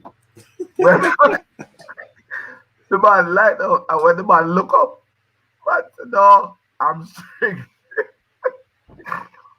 Aye, he tried to pass the ball out the back, right? Did his best John Stones impression, but Speedy and Lambert were having none of it.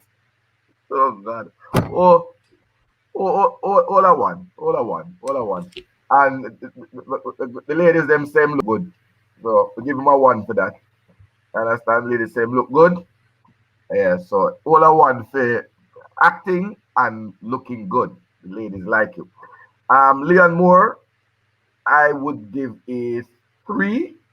I thought Leon Moore was exposed by the, the CDM them. The man then I marched through by the CDM them left the door open. So he was exposed sitting on the bowl. So I can't blame the central defender that. He had to do a lot of running around. That I don't think he So yeah, 3. Damian Lowe, I would give a 4.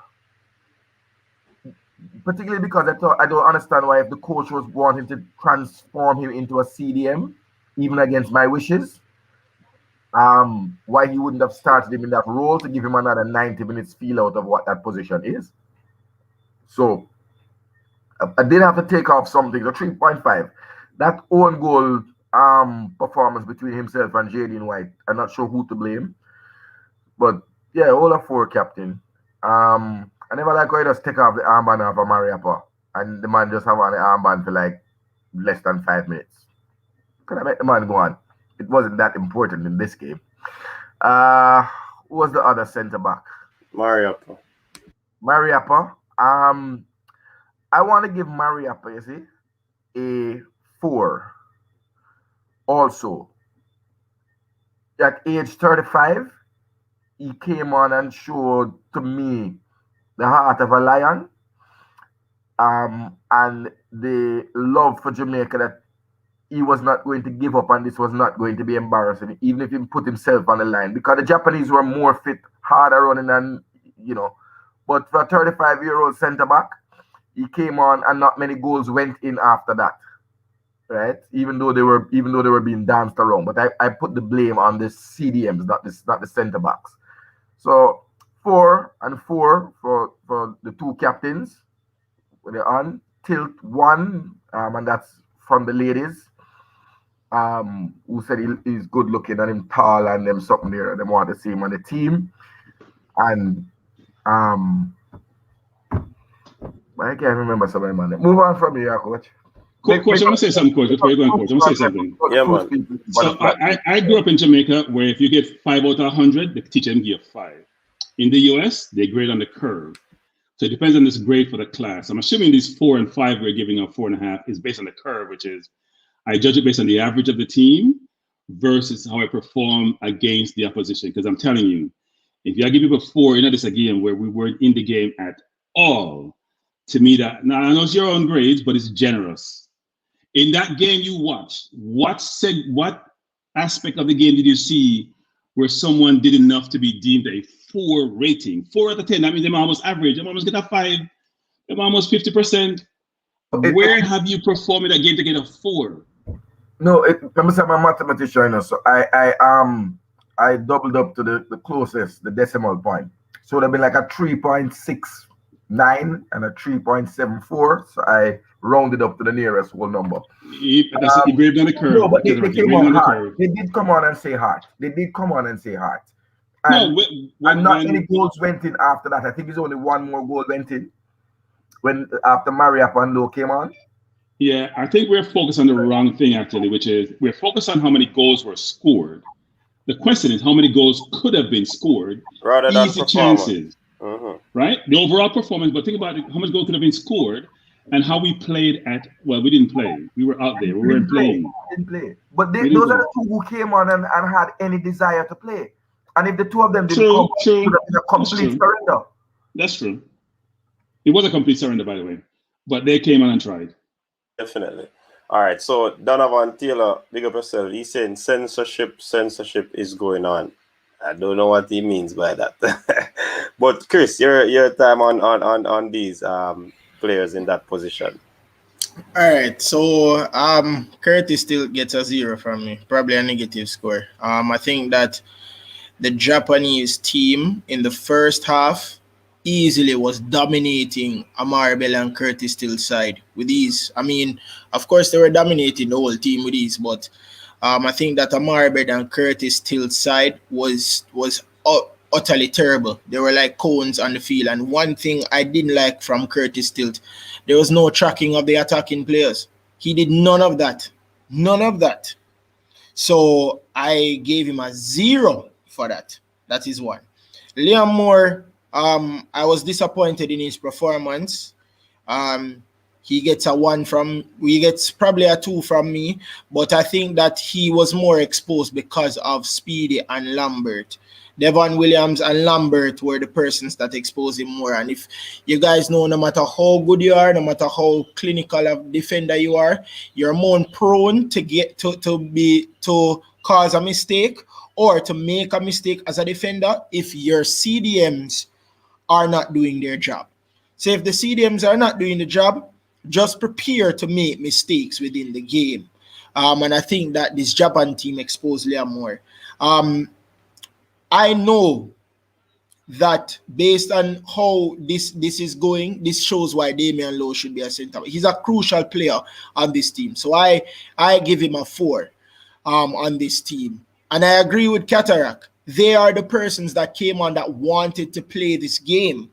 And it's only 1 goal scorer after Mariappa and Lowe came on. So I give Lowe a 4, I give Mariappa a 4 as well.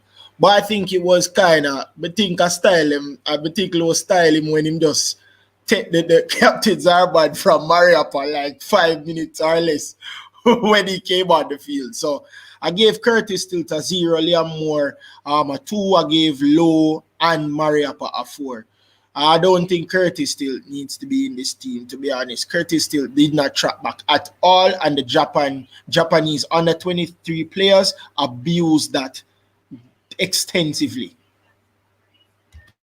Cool. So let's We have to give a big up. We have to give a big up, coach. We like that assessment there. We have to give a big up. Style. No, just Mariappa don't really know the damn thing. When the damn fly in, you have to give up the damn thing. That's all right. Don't do that. All right. So me think we are gonna skip over because there's a request in the chat, so skip over our midfield because we never have the midfield. I think that was the right idea. I think that's the right idea. I agree with that, coach. No, man, we are come back to them. We are come back to them. The quickest part of it. The foul I don't know better, so I don't know where I go. 0 and 0. And so they all. Wait, Cataract, how are you going to give them a 0? They cannot get 0. Not too much. Yeah, they can't get 0. That's not a fair Hey, remember, they didn't take a shot at goal, No, we have to deal with the CDM. The 2 CDM. Let us take let me jump in. Coach, you go CDM, coach. Can I go first? No, don't let Cranky go first. Don't let Cranky go first. I'm on the floor, coach. I'm on the floor. Coach. Yes. Kevin Lambert. Hold on, Cataract. Hold on. We're not ready for you yet. We're not ready for you. Hold on, I'm quick. Kevin Lambert. No, man. Me say we're not ready for you. Remember, I said, yeah, catch a show me, man. Hold on, man. No, and Devon P.D. Williams, 9.5 out of 10. Because they played their role well for Japan. Brilliant. You could not have done a better job. Big up yourself. All right, I am sure. What are your thoughts on the 2 CDMs? Well, I mean, first thing, I think everybody has been saying it. Let me just say, number one, only one person played, so only one person should be rated or given a score. One person only, and it's a goalkeeper. Everybody else, 0. I don't care who they are, where they come from, what league they play in. Only one person is qualified. Everybody else is ungraded. It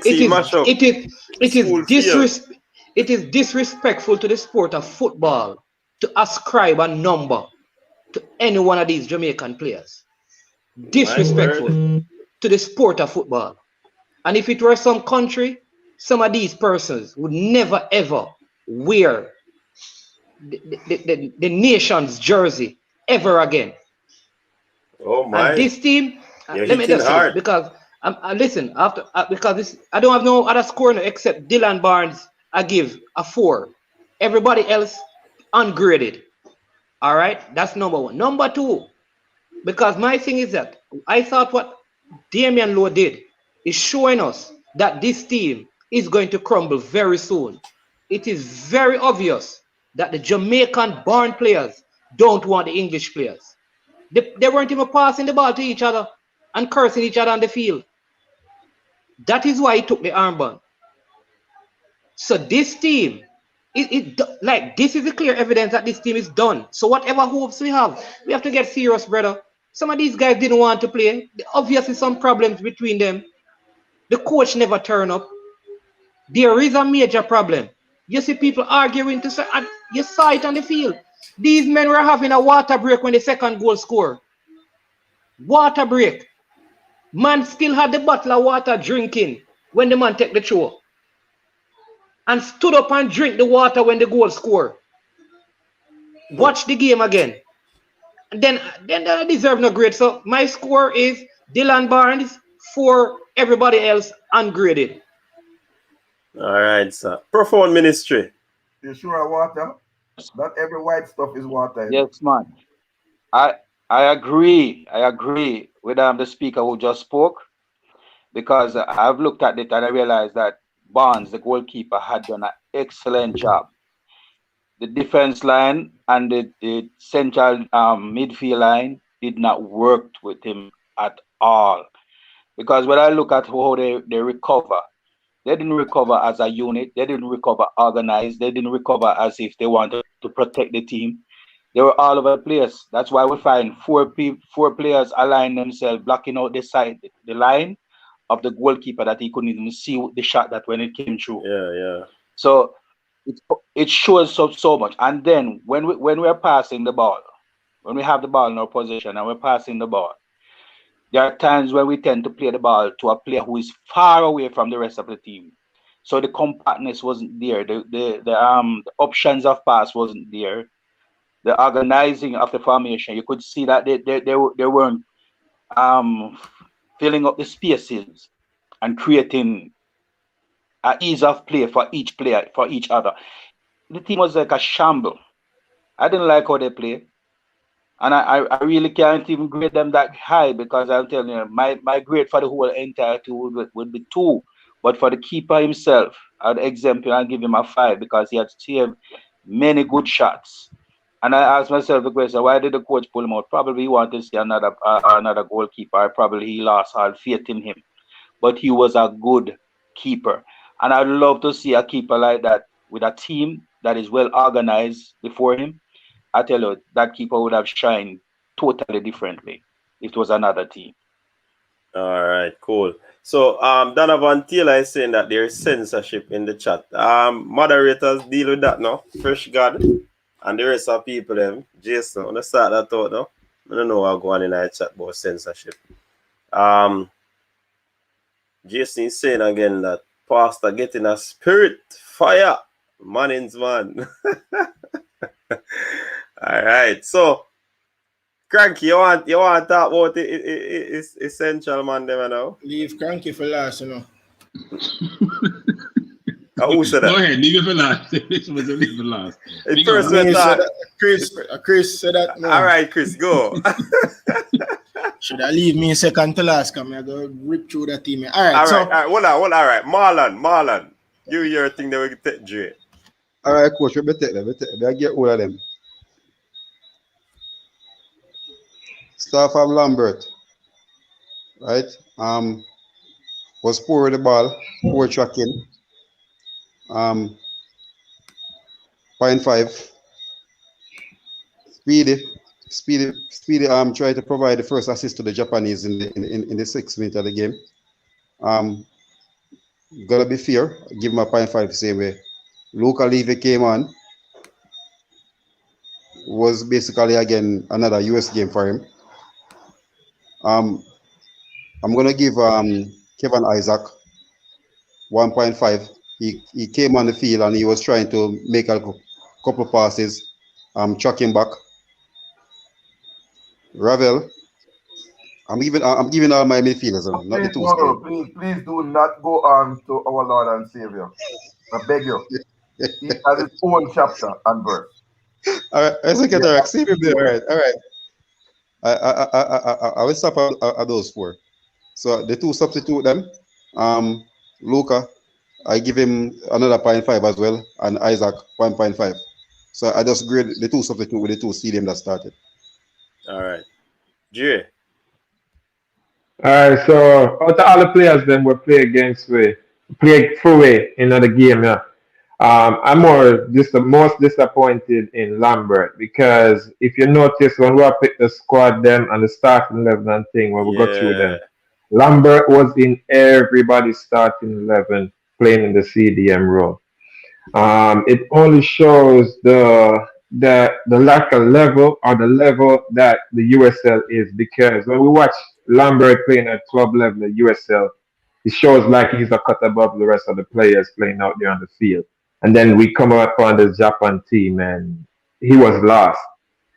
Lambert 2, Speedy 2. I don't see how they're going to make the Gold Cup squad with Cousins and Stewart coming. Grant, I think, should be in there above the 2 of them too, based off this performance. Isaac, Luca, 1. That's the best we can get them still. That's it. All right, jump over to Chris. All right. So big up yourself. I thought that voice was actually familiar. Man, big up yourself. Me listen to Sports Desk every day. So big up yourself, man. Anyways, Devon Speedy Williams, and this is what a lot of people don't understand. Devon Speedy Williams is not a CDM. I've seen Devon Speedy Williams from St. George's College days, and I know Jermaine, when he was earlier here in the show, mentioned Never Bell. Never Bell has never played Devon Speedy Williams as CDM. Louisville, when they won the USL title, never played Devon Williams as CDM. Devon Williams is not a CDM. He's a winger, right? Kevin Lambert, Devon Speedy Williams can play the wing, but he's a box-to-box midfielder. Devon Speedy Williams is not a CDM. Mm-hmm. That is one thing. So if you're playing somebody out of position, just know that more than likely they're going to be making a lot of mistakes. Not excusing him, because Devon, for me, get a -10. He did nothing. Kevin Lambert is what I'm most disappointed in, because as the guy said, you guys had him in your starting 11.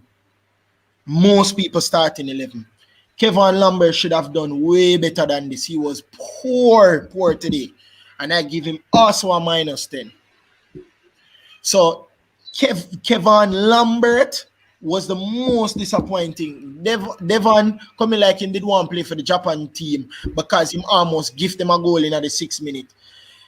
The two guys playing CDM were atrocious. Nothing there. And that left, even though Curtis still never played well, that left the center backs, and more so in collective unit, the back four, prone to make mistakes. And that is the reason why they were making so many mistakes. The CDM is not protecting the back four. That is your primary role, as a CDM. Protect the back four so they have less work to do defending the goalkeeper. So the two of them get negative ratings for me. That was atrocious. There was no connection between them and the attack and them and the defense. And that's what you need. That's your primary objective as a CDM. Protect the back four and act as a linkage between the attack and the defense, and that was non-existent with Devon Speedy Williams and Kevin Lambert. And this proves that the USL players are not up to standard playing in these international matches, so they get a negative grade from me.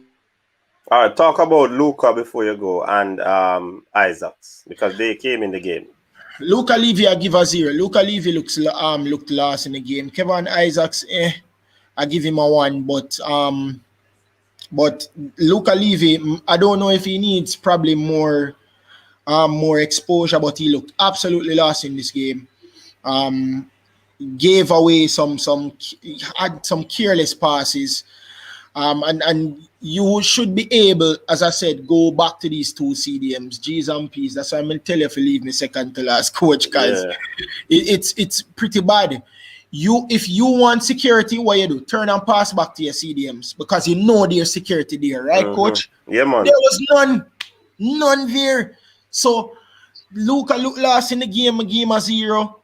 Kevin Isaacs, I gave him a 1. But Chris, you're not the game that he played in against the United States. It was the same thing that was said about him. He looked lost, and here comes this game again. It's the same thing. Yes, so what are we doing now? We need to know. This is how you as a coach and you as a federation step in.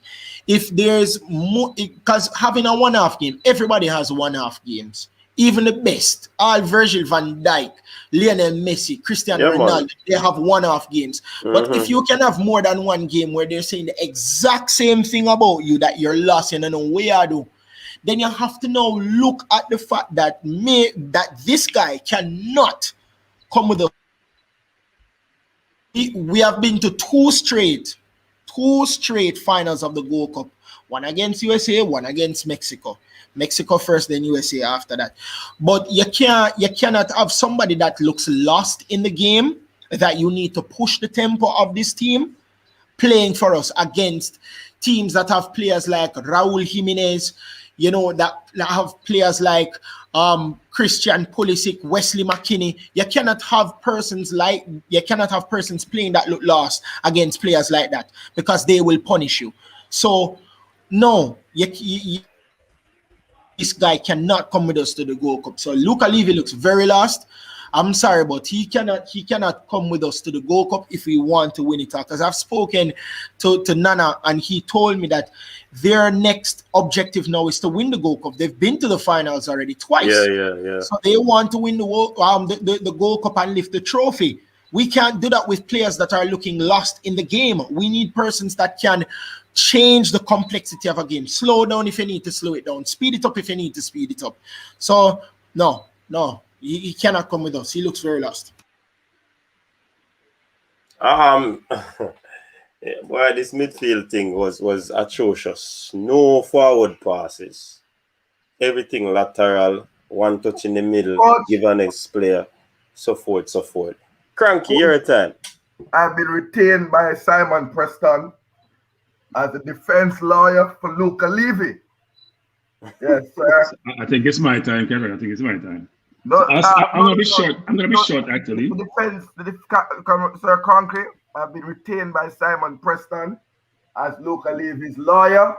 I demand to represent my client. I'm fixing my tie and attired myself. I think Simon is paying you in Jamaican dollars. It's not strong enough. No, please remember that. You need some pounds or US dollars. Remember that Simon was in Dubai recently. Yes, sir. Coach, I've asked to represent Luca Levy for the defense. Yeah, man. Luca Levy touched the ball and his name was called more times than Kevin Lambert, who was on the field longer than him, sir. And therefore, for touching the ball, he needs to get a score of at least 1. Also, I am being advised that my client, Luca Levy, is an attacking midfielder, creative midfielder for Harborview, sir. And he's been set up by being played as a CDM, sir. And I'm asking that his score be upgraded to a 1.5. Okay, so since it's my time, I'm gonna say this. Sir, he did not pass the ball to Japan like Speedy Williams. He was robbed of the ball. And last but not least, sir, there was no weed in Japan for the roster. Yeah, big up. That's the defense rest. We're asking for 1.5 for Luca Levy. So you're gonna be happy to hear that I'm not gonna grade Luca Levy. I'm not gonna grade Speedy Williams. I'm not gonna grade Lambert. I don't think it's fair to those guys. Right. I mean, why would you ask someone to go play at a certain level where you know they're not fit for that level? It's not fair to them. I think we should give a score to the JFF and to Whitmore, because it's very obvious they're out of their leagues. And that's a little bit harsh, but it's a fact. I won't give them a negative score. I won't give them a negative score for Japan. They weren't trying to play for Japan. You have to take the test to get a score. And they weren't really there. They were on the field, yes, they were present as ghosts in form, but not in substance. So I'm not going to give them a grade. I don't think it's fair to those guys. I know they were there. We're talking about protecting the back four. Well, you protect the back four, you can't protect yourself. I mean, it's like on a highway and you learn to drive and these cars flying around, you look left, look right, things are just, it's crazy. If you're on a highway going 90 miles an hour, you just learn to drive, just get your permit, you don't expect to go out there and perform. So they get unrated or ungraded, like Manning's man said. The Manning's man didn't give anyone a grade. I think some players deserve a grade. But I won't grade those 3. It's not fair to them because I put you in a situation where you can't operate and perform, and it's not fair to you. So you're not getting a grade, because if I was to give you a grade, it would not be a positive one. It couldn't be positive because you did not contribute at all to the game. And that's the second time I've seen Luca Levy. Unfair to him. He hasn't got a lot of time. But I'm not sure Luca is a footballer. I don't know what business Luca is in. But Luca, when you play football, even if you get 10 minutes, like Ravel did the last game, we got 15 minutes, you could see touches, right? You could see some touches. I haven't seen any of Luca's touches yet, except to pass to the opposition. So I can't grade Luca. Coach, objection. Luca Levy won a throw in. We need to have a grade assigned to him because he won a throw in. That's like a part of the catch, it should be. Yes. Yeah, but he also passed the ball to the other team. So he was also ill-prepared by the coach. He was given the job of catch a shubi and was given no footwork training. all he was doing in the videos was throwing the ball. But Mr. Cronky, my client wanna throw in. I know, but Mr. Cataract, your client get the ball away and get the ball. Well, you know what? He really touched the ball. Never giving the ball away. He had to have the ball. You know what? I can't talk about your client. I'm sorry. The prosecutor rests because your client wasn't present. Your client was a ghost. Coach, we saw silhouette. I can't comment on your client. Sorry, Cataract. Coach, you know, and this is why I am saying, I think even for Luca, I think that's why I don't want to grade them, you know, because I think it is unfair to them and unfair, really, I'm not joking, and unfair to football to ascribe a number. I mean, you get to know Kemal Malcolm. What are you going to do? Anything you say is going to be disrespectful to his career. I just don't think we should even say anything because there's nothing good that you can say about any of these guys. So what is the sense of even giving them a grade? Because there's no good thing. And this is international football and you can't find anything good to say. You know, all people say they have nothing good to say. Keep your mouth. I think in this case, maybe we need to grade the coach because these players may never get any contract if all of us are honest and talk about how they played and look. Coach, we object. Management is not allowed to jump over Ravel Morrison, coach. I think it's time for Ravel. I've been my client being so lambasted. It is time. And Pastor, I would have thought that a man of God. Hold on there. Okay, coach. Sorry. Cataract. See how Roma jump, you know, when we say we are going to touch my Ravel. Man, timing is impeccable. Anyways, Steph, Eunice are asking that on this game, based on this game and our World Cup qualifying points tally from 2018 to 2008 rather to 2017, do you think that our team must have 9 or 10 Brit to Jamaican born players? Who wants to answer that question? You must have the 11 best players on the field. Good answer. Yeah, I don't think it's a ratio about Brit to I think he's trying to say 90% to the 10% Jamaican. I think that he made a choice. Yeah, no, we understand that's what he's saying. Man, it's 9-10. It's 9-10 Brit.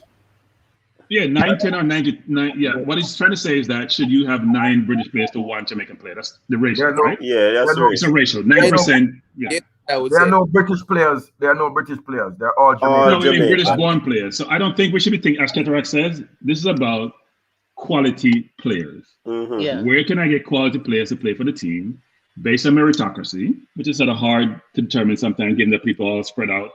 You haven't seen them in the same environment. But it's based on the quality of the players. You pick them based on the quality. That's all. Yeah, and Tilt wasn't good because there are other players better than Tilt. So I just came on to say one thing and one thing only, right? So I apologize if I cut you into your pasta.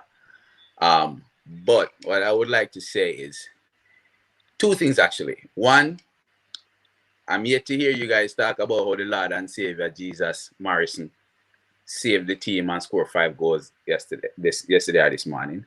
And 2, and most importantly, did you guys realize that Japan turned the reggae boys into Jamaican sushi? So Rome, let me say this about Rome. So Rome and Cataract beat their chest, but they want to say they're right about Morrison. Wait, let me finish, Rome. I didn't hear them beat them chest when he played the last game, coming for 15 minutes now. I couldn't find Rome or Cataract saying a thing, but they want to beat them chest today. Yeah, but he not do nothing in that last game more than dribble past 1 or 2 man and everybody are singing names. He played 15 minutes. The point is this, The point is this, right? I've been saying this since day 1. The team not ready. We need quality over man where you know are your friend, a man we can probably shift. We need quality. And we had 0 quality this morning. 0 quality this morning. And as me always say, at the JFF fault. You understand? But me have to go. I lick on date night, so me go and listen. Bless upon yourself. Rob got coach. You know, I think somebody said it in the chat. Let me just bring it up. These were the guys who were negotiating for 7,000 US a match. Why? I don't think if you go there, say no. Make a look for I don't think so. No, I don't think so. Please don't divert us. No, we're not going there, sir. We're not going there. Morrison. Blair Turgott and Kemal Malcolm. After Blair Turgott had a very good debut versus the Serbian team, he seemed out of sorts, weak. It's like him don't know how to play ball again versus the Japanese team. Chris, what are your thoughts on the three men up front, the two wide men and Devon East? Lord have mercy. Lord have mercy. All right, so Blair Turgott. This was a complete Blair Turgott from the game versus Serbia. I have to say, Turgott, there was nothing. And somebody said it in the chat. They were just bullying him. Bullying Blair Turgott. They were bullying him. He was weak on the ball. Weak. And if you want to be an effective wide player, strength. You know, I don't mean you must big in your muscles, you know. You have to have your strength on the ball. If you don't have your strength on the ball, you're not going to be effective. And I am not sure how Kemal is going to improve his game. I give Blair 0. He was not effective, none at all. None at all. And a lot of times Blair was turning and passing it back. Blair was going, the Japanese easily intercept the ball. So 0. Kemal 0 too. Kemal was running like a headless chicken. And Kemal is a person that I know personally, right? I know him personally because, as I said before, he's a guy that has played for my alma mater, so I know him personally. But he did nothing yesterday. He's actually probably a negative score for me. He was running like a headless chicken. Javan East offered nothing up front, to be honest. Offered nothing. So Right, no shot. Nothing, no shot. There was nothing to even test the goalkeeper. And this is the problem that we're having. You're not even test the goalkeeper, Bridging. I don't understand. So them get negative score from me. Blair Turgott, the one I'm most disappointed in because I saw his performance against Serbia. Mm-hmm. I thought he would have been better, especially having that link up with Amari Bell. But it goes right, Lord of mercy. I don't know why you come, because it goes right back to the CDMs. If there's no linkage, you cannot have an effective winger and a wing back. Right, you cannot have a full back having that effectiveness if there's no midfield. There, the midfield was non-existent. So Blair, I give him a negative score. Kemal, I give him a negative score. Javan get a negative score. There was nothing to offer up front at all. Marlon. Cataract fight and give Luca a 1.5. So Blair Turgott, what the Japanese did, I don't know if you guys realize, because they basically took the midfield out of the game. So basically the ball were basically the defenders were basically trying to bypass the midfield to get the ball to the Malcolm. I think in the first 5 minutes he had a couple good touches. Then it's like they start double teaming and start playing physical on him. So it wasn't a performance we're looking for him still, but as I said, he's a player who seems to have some tools we can work with going forward. So I give him a 1.5. Kevin Malcolm, he was really poor. He was another one who again almost had an assist for the Japanese by making a pass back into his own half and intercept it, and he could have caused us a goal. East as well, he was basically out of it. Being that there's no midfielders to give him the ball up there, so they were basically the three of them were basically coming in deep because at one point all the players were in our half. The two Japanese centre back were basically in our half as well. So the high line they use and press us in. They basically suck out everything out of Jamaica. So if you look at it, I give East a 1, Malcolm 0, Turgott 2. Jay. All right, so right across the line, Malcolm, can't grade him. Was too disappointing of a performance for him. Then we go to East. East never even get off a shot on goal. Could have used some individual skills and try to take on the defender or something, but Never seen nothing from him. Give him a 0. Gray actually did better with the little time they ended up on the park than East entire time that he was on the field. Now to Turgot. Turgot, the Japanese team did their homework on Turgot. He's not a physical player. He uses speed and individual skills. They never give him enough time on the ball. They outmuscle him off the ball majority of the times that he got possession of the ball. Bell was not linking up with him at all. I was actually thinking that Turgot would have been pressing low for a starting position based off his performance in the Serbia game, but disappointed follow-up performance in this one.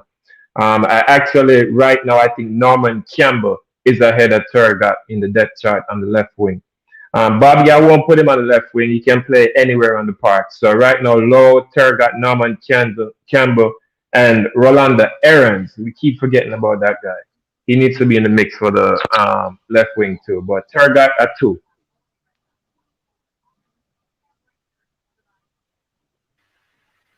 Crunks.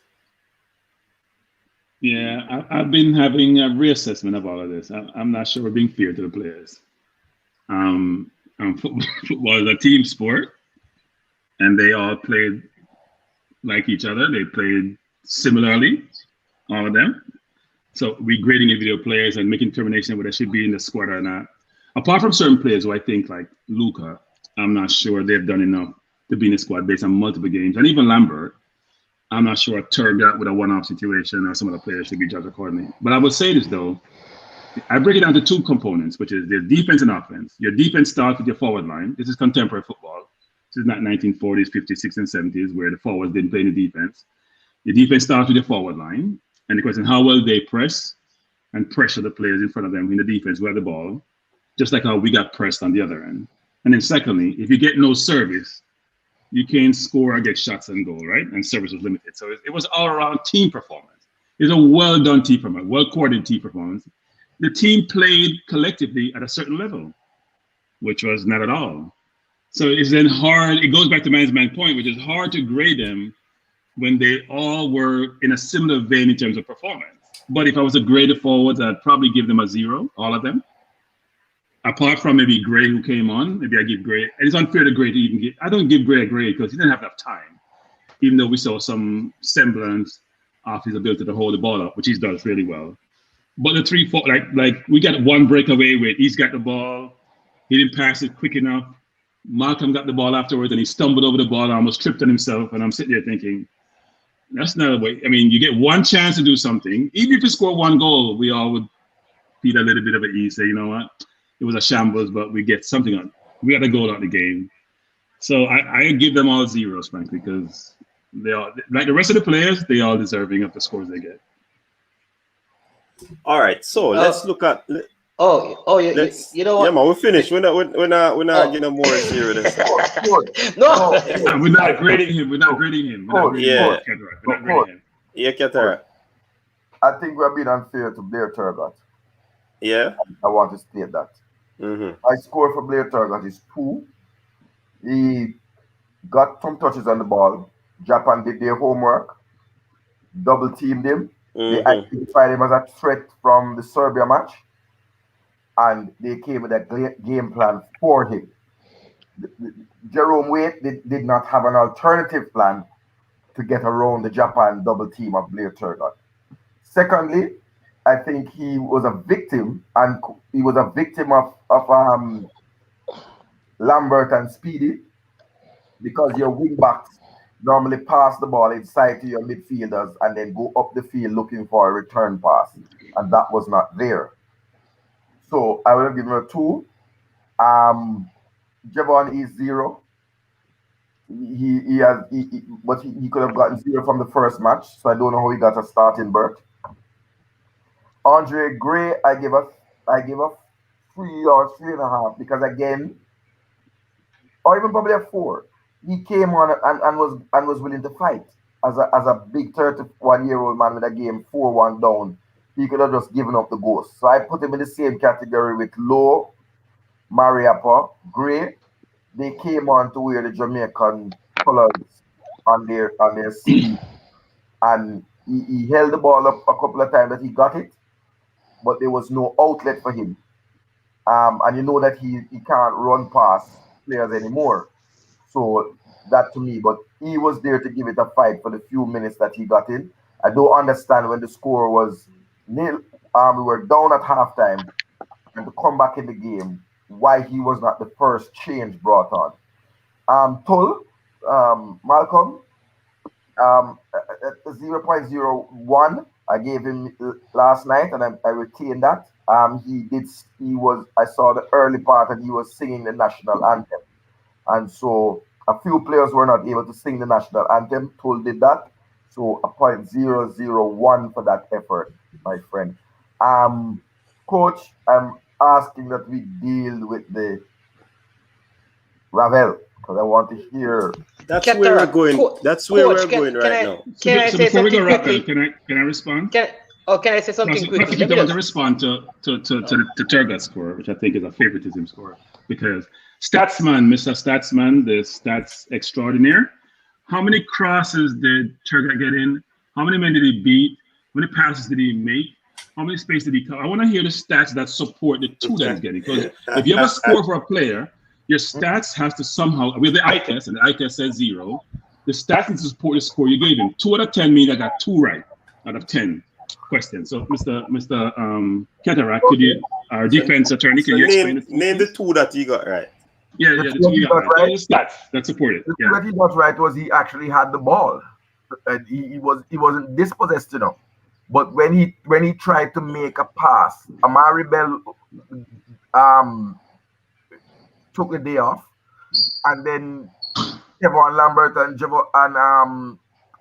and Speedy were not available in the middle of the park to take a pass from the left back. So he got the tools, but he didn't know how to use them. What you're saying? You blame other players for his failures. Javon East went west. Oh, so you're saying for your client, it was all the other people's fault, and he had no responsibility, no ownership, no accountability. Is that what you're saying? And that is called the Ravel Morrison defense. No, we're not talking about Ravel. We're talking about still topic. This case is going to be tried. And Yes, but we're not there yet. We're not there yet. Turgot. Turgot. Where's your staff to support his 2? He was the player that touched the ball the most. I've never heard you use touch the ball as the key criteria and stats to judge a player. And you're talking about how much heat map, and you're talking about passes completion, you're talking about crosses accuracy. Where are those stats? Or you just change the stats criteria now? Is that different stats? Touch the ball, is that a stat? Touches tell you how involved you were in the game. Yeah. He's not my client. Simon hasn't retained me for Blair Turner. I will just make my score. If you notice, I have derobed, right? Because I don't know how the lawyer them do it in Jamaica. Because Jamaica, no bitch. I don't know how they do it. Them courtroom there with them suit and tie and wig. But no man, it baffles the mind, particularly the fact that you could have made a change at halftime. And I am disappointed that I did not get to see Ravel, Blair, and Andre Gray in concert to really get to run my ruler over Ravel as an attacking midfielder. And I would just segue into my score of Ravel because no. Yeah, I just want to interject with something. Management, they don't answer something. Yeah. No, and this is why if we were to rate the team itself, I'm very sure that the overall team would probably grade them under 5, which means we'd have to alter the scores that we give to the players. And that is why I think it is not like we can't, what are we judging them on? I'm going to give you an example because it's really 5 goals, because the goal scored, if there was all of those things, the ball went across the goal. It was, I think the referee was sorry for us.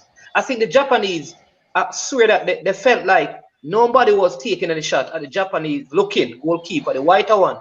They put a black man in there, so that somebody familiar, maybe then we start kick some shot because it's a familiar color. The same thing continued. I'm serious, Watch this. Do you know what is funny? They had a 36-year-old at the spine of their defense and a 36-year-old in their central midfield, mashing up the young players who the coach prefer over Anthony Grant. Have we talked about that? Amen. The Japanese had a 36-year-old Yoshida playing centre back, and a 36-year-old started in their D mid, running rings around 24-year-old and 27-year-old guys. Not only that, man. Not only that, he one of the headers in our box. All the headers in our box. 36-year-old. A 36-year-old. 36-year-old. That is why I don't think we should grade them. We need to look at the coach and the people who selected these players because they were set up to fail. Obviously, they were set up to fail in this game because we knew that this team was fitter than us. They were the better team of the three teams that we were playing. And we played the worst set of players. Imagine if we go in the World Cup and our senior coach gets COVID. Who is going to stand on the sideline? The same fellow that was standing on the sideline. This is not a joke thing, you know. So obviously, you're sure sports. It is, owing from your argument and some of the comments that I've been looking at, it is obvious that this performance is not only down to the lack of ability. The coach had more time to prepare the team. Exactly. But it has something to do with what is happening inwardly, or in the inner dwellings of the team. Think about it. But hold on. Let me finish. If the team came out and performed well, and we're on this show and we're giving our feedback on how the players did, everybody would have been happy and joyful. But because the team did not so well, the sentence is not construct correctly. But persons are now saying that, including your sure, why are we grading the players? And if they did well, we would have come on here and would have been talking how brilliant Javon East was, how brilliant the goalkeeper was, how brilliant Devon and Lambert was. I think we're being a little bit hypocritical. Well, listen, I think, like, I feel bad for, like, Luca Levy. Because I think deep down in himself, him know him not ready yet, you know. And somebody put him out there. And for me to give him -1 million is not fair to him. Because that's what he deserves. No, but you're exaggerating when you're going that distance. Really? -1 million? Oh, come on. Man, listen, there are Premier League teams in Jamaica that we call Bush League that he cannot make their starting 11 or their 18. Let's be real. A few seasons ago, one of the coaches at Harborview, where he was, had him up in the stand, sitting down, saying not good enough for the Harborview team. So we have to be real, brother. I don't think we should. I think we should stick to the game. I don't want to denigrate any player per se. That is the point. We'll give them a hard time about the game and the purpose of the game, but I want to talk about their entirety of their career, because I think it's fair to them in these forums to do that. So let's leave that. But I'm saying that if I'm going to give the players like Kemal Malcolm, somebody who has to play schoolboy football, like -10 is not enough. That is just the truth. When you talk about a man not being able to control the ball, a man not knowing when to cut inside, these are basic things in football. Like, you can't they're ungraded. So the coach and the management needs to take full responsibility, because obviously it is their fault. The players were set up to play against a team that is no joke. And I don't think we had a match plan. Nothing at all. So gentlemen, a comment here coming from Jerry Miller said that we need to fix up the life. We want more people understand football to come and talk about the game. If persons talk about JFF need the right people, then the same goes here. I think he's hitting at the panelists. And I mean, And Jerry has his own thoughts. There's nothing wrong with Jerry saying that, Jerry. You should join the panel, Jerry. No, but I put it to Jerry. That I've invited him on this. Yeah. As a football in mind, I invited him on. And you refuse to come on some of the times, Jerry. So if you're saying that we are not inviting persons who understand the game, I think these gentlemen on here understand the game to an extent. We're not going to boast and say that, well, they can speak for themselves.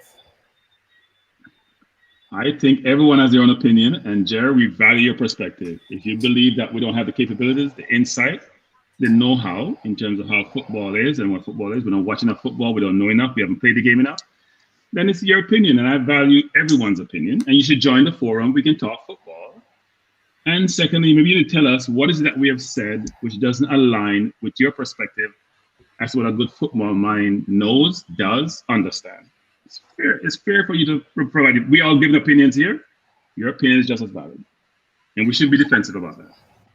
Okay, so Coach, hold on. Stand cranking their foreign too long.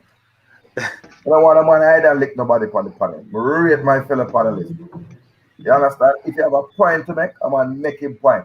But you're not gonna hide and lick my panelists them. Or hide and style them. Nobody now style my panelists them. I come in 3 days a week, brother. To share opinion. No man up here. Everybody give their level of thing. I don't know nothing about football. I watch football as a dedicated fan. And that doesn't require a coach's badge or anything. But my opinion value just as much as the money that I pay for a ticket. You understand? And I don't want anybody to come in and comment and style up the panelists them. Because I respect each of the man them coming. I might not agree with anybody. I might not agree with everybody. But they have a sincerity of where they're coming from. I have not found anybody on here to be a hater. I have not found anybody on here to be unreasonable. And no one in an opinion-based forum like what the coach is putting on here. Come on, go with that, man. Coach, let me say this. We don't need that. Keter, hold on, Keter. Hold on. Remember, it's his opinion, you know. It's his opinion. Your coach, due respect. You cannot have a styling go on. That comment should just leave and go on. Because nobody not have to there for 4 hours. And I have yet to hear in the month that I have been on your program, somebody come and say something obtuse or totally wrong, like they don't know football whatsoever. They have a different perspective. They watch the game from a different perspective. I have from a coaching me really think we are beat at dead. We are beat at dead, donkey. No, this a man about himself. No man, this a man we shouldn't even give this a man no attack. This a man, he deserve a time. You know, hold on. You know why the man said, hear him say, coach, hold on. No man, hold on. You know why I put it up? Jerry, my brethren. See? And I've invited Jerry on numerous occasions on the panel. And Jerry probably show up 2 times or so. You understand? So for him to make this comment, I want to highlight it because everybody's opinion valid in the comment section or on the panel. If we say we are one family here, if a man says something, him free to say it. You see what I say? So me highlight it because me know Jeff. So coach, I want to say something. Coach, I want to say something, coach. Based on what Cranky say, me agree with what Cranky say. Yeah, man, coach, in life, you can't be in a forum where you're giving criticism, because that's what we do sometimes. We may give positivity, we give a perspective, we talk about development needs, and some of us are more blunt than others, some use euphemism, but you can't be in a forum where you're going to give criticism and you can't handle it when you get it. Yeah. Don't have thin skin. Exactly. Somebody yeah, say, man. Because we are criticized on here, you know. So if a man criticize me, let me respond, you know, coach. Sorry, let me respond because gentlemen. No man, I was the one speaking, you know. I was the one speaking when he made a comment because someone said he's referring to the pastor. Listen, the first time I came on the show, people said that I was working for the JFF. People said that I'm defending the local footballer. People, I was saying that the Premier League is better than the USL, and the USL player needs to be in the team. And the people were complaining, saying that me an idiot. That's fine. All right. So when I come on here now, when I see them perform at this level and say they're ungraded, it's not because I don't want to see them, because I was out here advocating for them to play and calling up names, calling for Kareem Paris. I want people to remember that. But the truth is the truth. There are deeper issues that are going on, and we cannot, like Cataract said, come here and ignore that there are not deeper issues in the football that caused what happened in the game. I spoke to a coach, part of Jamaica football, out the west. I spoke to one out in the east and one over in the south. And you know what they said? In all their years of watching Jamaica's football, and you're going to hear it from them in newspaper articles, in all their years of watching Jamaica's football, male and female, junior to senior, this is the worst they have ever seen a Jamaican team play. And what we must do, come here and say that they were good? No, but the point is that, gentlemen, hold on. Hold on. We are on the panel, and what we're doing, we're being critical of how the players played. So if a comment came in and I criticize I think we should be, what do you call it now, have a strong backbone enough to stand up to the criticism. So, Coach, can I say this, Coach? Coach, can I say one thing? Hold on. Stand. No, I can say something and Coach pause me. I'm going to give you a chance to speak, Let me say this. Yeah. So, if you're a player, if you're Luca Levy, if you're Lambert, if you're Mariappa, and you're watching this program, how do you digest all these criticism when it's not the only game you play for Jamaica? You're playing multiple games, some of you may have had good games, and you get these biting comments, and I'm giving you a grade that says you're not even zero. You shouldn't even be there. How do you digest that? So I think we're being thin-skinned, frankly, because we're giving biting criticism. We're saying, you know what? We shouldn't even wear the shirt. And I'm a player. If I'm a family member of the player, I'm the player themselves, and we're watching this program, how do you walk away from this? Then don't like me, then hate me. That's how you're going to take it, You're going to take it and say, you know what? Maybe they're right about my performance. You're going to take it negatively. So why would somebody in the panel, someone in the audience saying, you know what? These guys don't know football because they're not seeing what I'm seeing. That's their view. Digest. You know what you should do? Look at yourself and say, you know what? What have I said that would have the person draw that conclusion? Versus saying, you know what? They're my idiot. They should be part of this audience. That's not the response. You should always invite suggestions and/or criticism, so it helps you get better at what you do. All right. Whether they're right or wrong. What they're saying before we go any further, what they're saying is that there was a previous comment that was possibly overlooked. So you have to understand that comments are coming in quick and fast. And we might see some and we don't see some. So if I erred there, I apologize, because if I did not see the other comment, I apologize for not seeing it, because the comments are coming in quick and fast. So if that is not what you're saying, Mr. Miller, all right. Coach. I apologize. Coach. Hold on. Cranky cut me out and I want to say something. I am not being thin-skinned. Okay. Right? The panel is a family. You understand? We are not above criticism. How much beating me get? Yeah. But there's a difference between love taps. Hold on. Let you speak, I'm gonna feel passionately about this. How much criticism I take, and I have never take it as a joke. I'm a comeback. It's beat for beat. Sometime for me, sometime for you. Sometime your ball are gonna show up. Sometime my ball are gonna show up. Right? As a football go, and we rib each other. But there's a difference between criticism and styling. There's a difference between criticism and disrespect. If a player plays poorly and you point that out and you say, I am giving you 0 because you didn't control the football, you couldn't cut inside, the player can do that and look back in himself. If you're going to say that the panelists don't know football, you need to provide a context and say, what did the panelists say? Right? What did the panelists say? And no one is degrading or ungrading players in every. I've been watching football since we were in England in the 80s, and after every match, in a newspaper, everybody grade from 1 to 10. That's just something we do in a football. We might do it in a Jamaican way, but I never hear nobody disrespect a player on here yet. I hear people point out where players are weak or where players don't perform to the way that they want them to perform. And that player can take that and try and build his game. I have never heard a panelist make a comment that is not football. And Cataract. Style I don't style me as hold on. I don't style me a style player. When a fan Right. come, So what he's saying that the comment that he made, it's not styling because comments are made about the players, and he believes that you're not styling the players.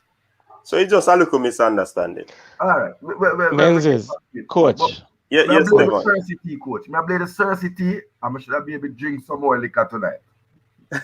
If listen, why are we lamenting and stuff that somebody in the panel says? No man, we have to talk yeah, about the Devon. but We are we're family, man. listen, we're talking about football. We're not talking. It is getting personal right now.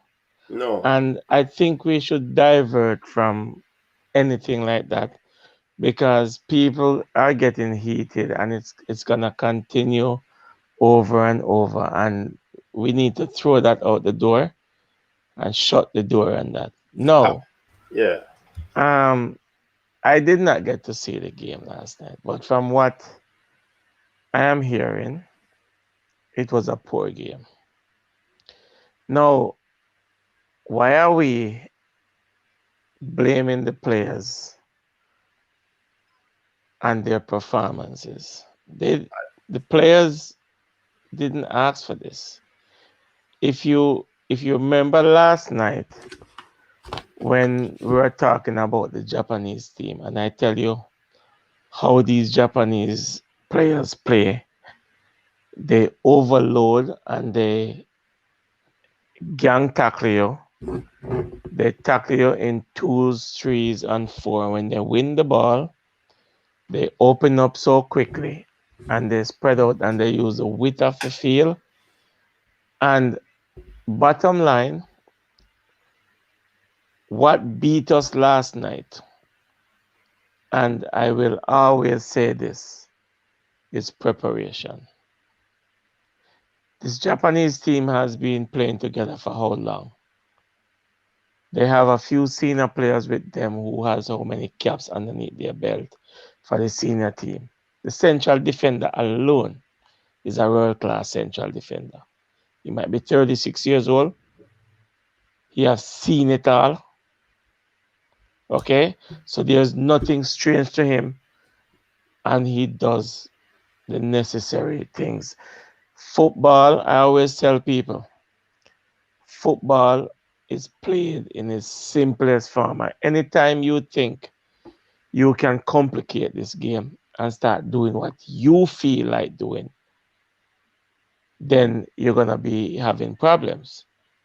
And I think the Japanese team that plays us last night, whether they're U24, U17, U20, it's a better prepared team than our team. How long have our team been playing together? Devon.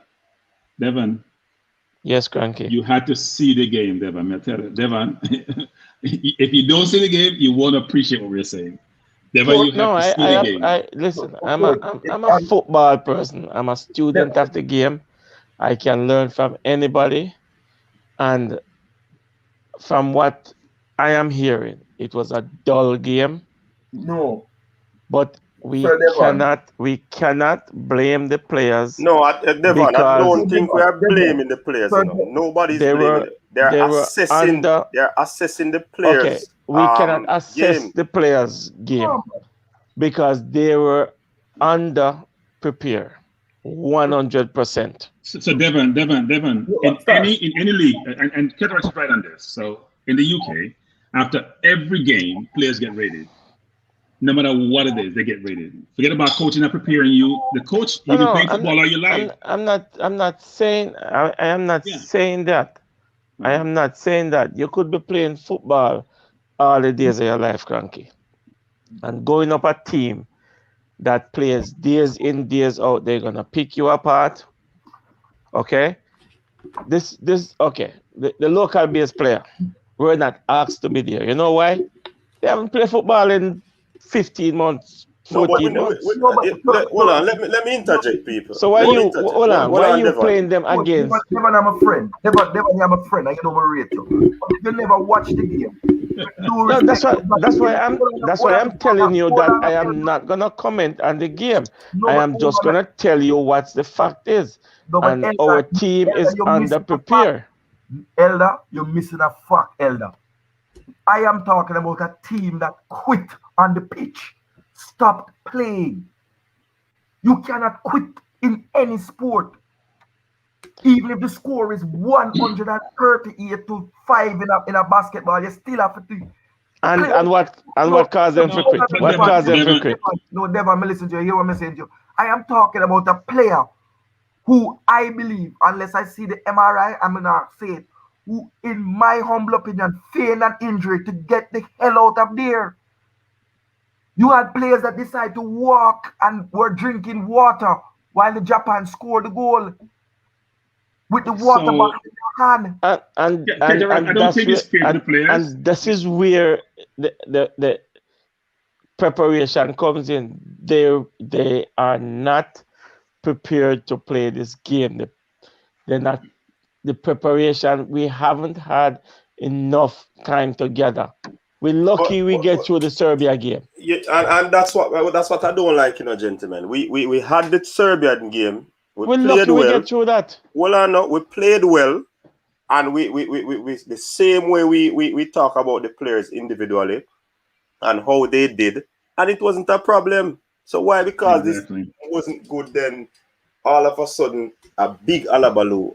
That's what I'm saying. That is exactly what I'm saying. They're underprepared. Well, so I am not in the position to grade them or comment on their game because. But we watched the game, so that's why we are doing that. Coach, I don't think it's fair to say that. I don't think it's fair to say what Keter is saying that people weren't committed or weren't playing hard. I didn't see any player really quit apart from Tilu. Maybe he was hurt, right? We don't want to judge if he was hurt. Yeah. I think sometimes we default to this whole thing about commitment and intestinal fortitude as a way of saying quality is not there or poor performance. Let's not divert to something which we can't really assess empirically, right? You can't empirically say, you know what, this person didn't give his all. What I saw was two things: a lack of quality, I wouldn't even call it application. Lack of quality was one, clearly. Disorganization, not well, the synergies weren't there. There are a number of different things that you need in a football team, which were reflected in the game, but I'm not going to use commitment or hard work as it, because I think everybody played at the same level. Maybe they were tired. Who knows? As I said before, we did a flight to Japan. It's challenging. Hold on, can I say something? Hold on. Hold on, Devon. Chris wanted to say something. All right, so I realize that he's saying it's unfair to assess the players.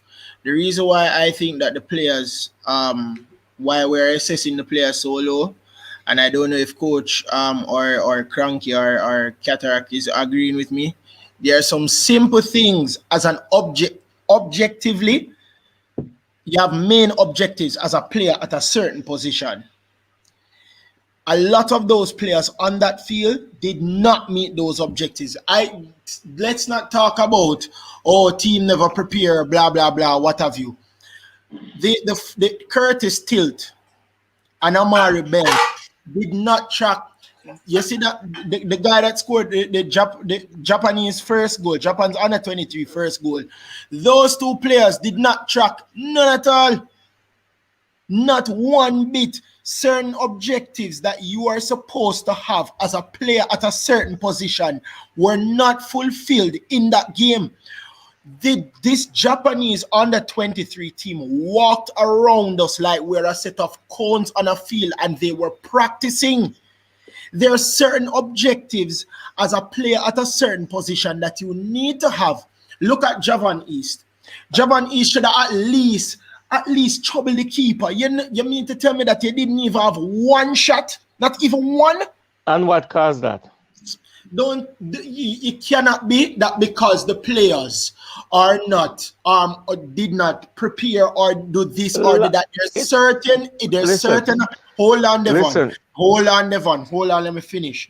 There's certain objectives that you need to fulfill as a player. Certain objectives, and these players did not. We spoke about the link up between Blair Turgott and Amari Bell. They linked up well in the Serbia game. Yes. They linked up well. And this game, they were completely lost. So you're going to tell me because they didn't have preparation why they didn't link up well? It has nothing to do with that. Nothing. So really? there's how is it that they linked up well in the Serbia game, but for some strange reason they didn't link up in this game? Let me ask you a question. I'm gonna ask you a question. I want you answer me the way you should answer me. How long have this Jamaican team assembled?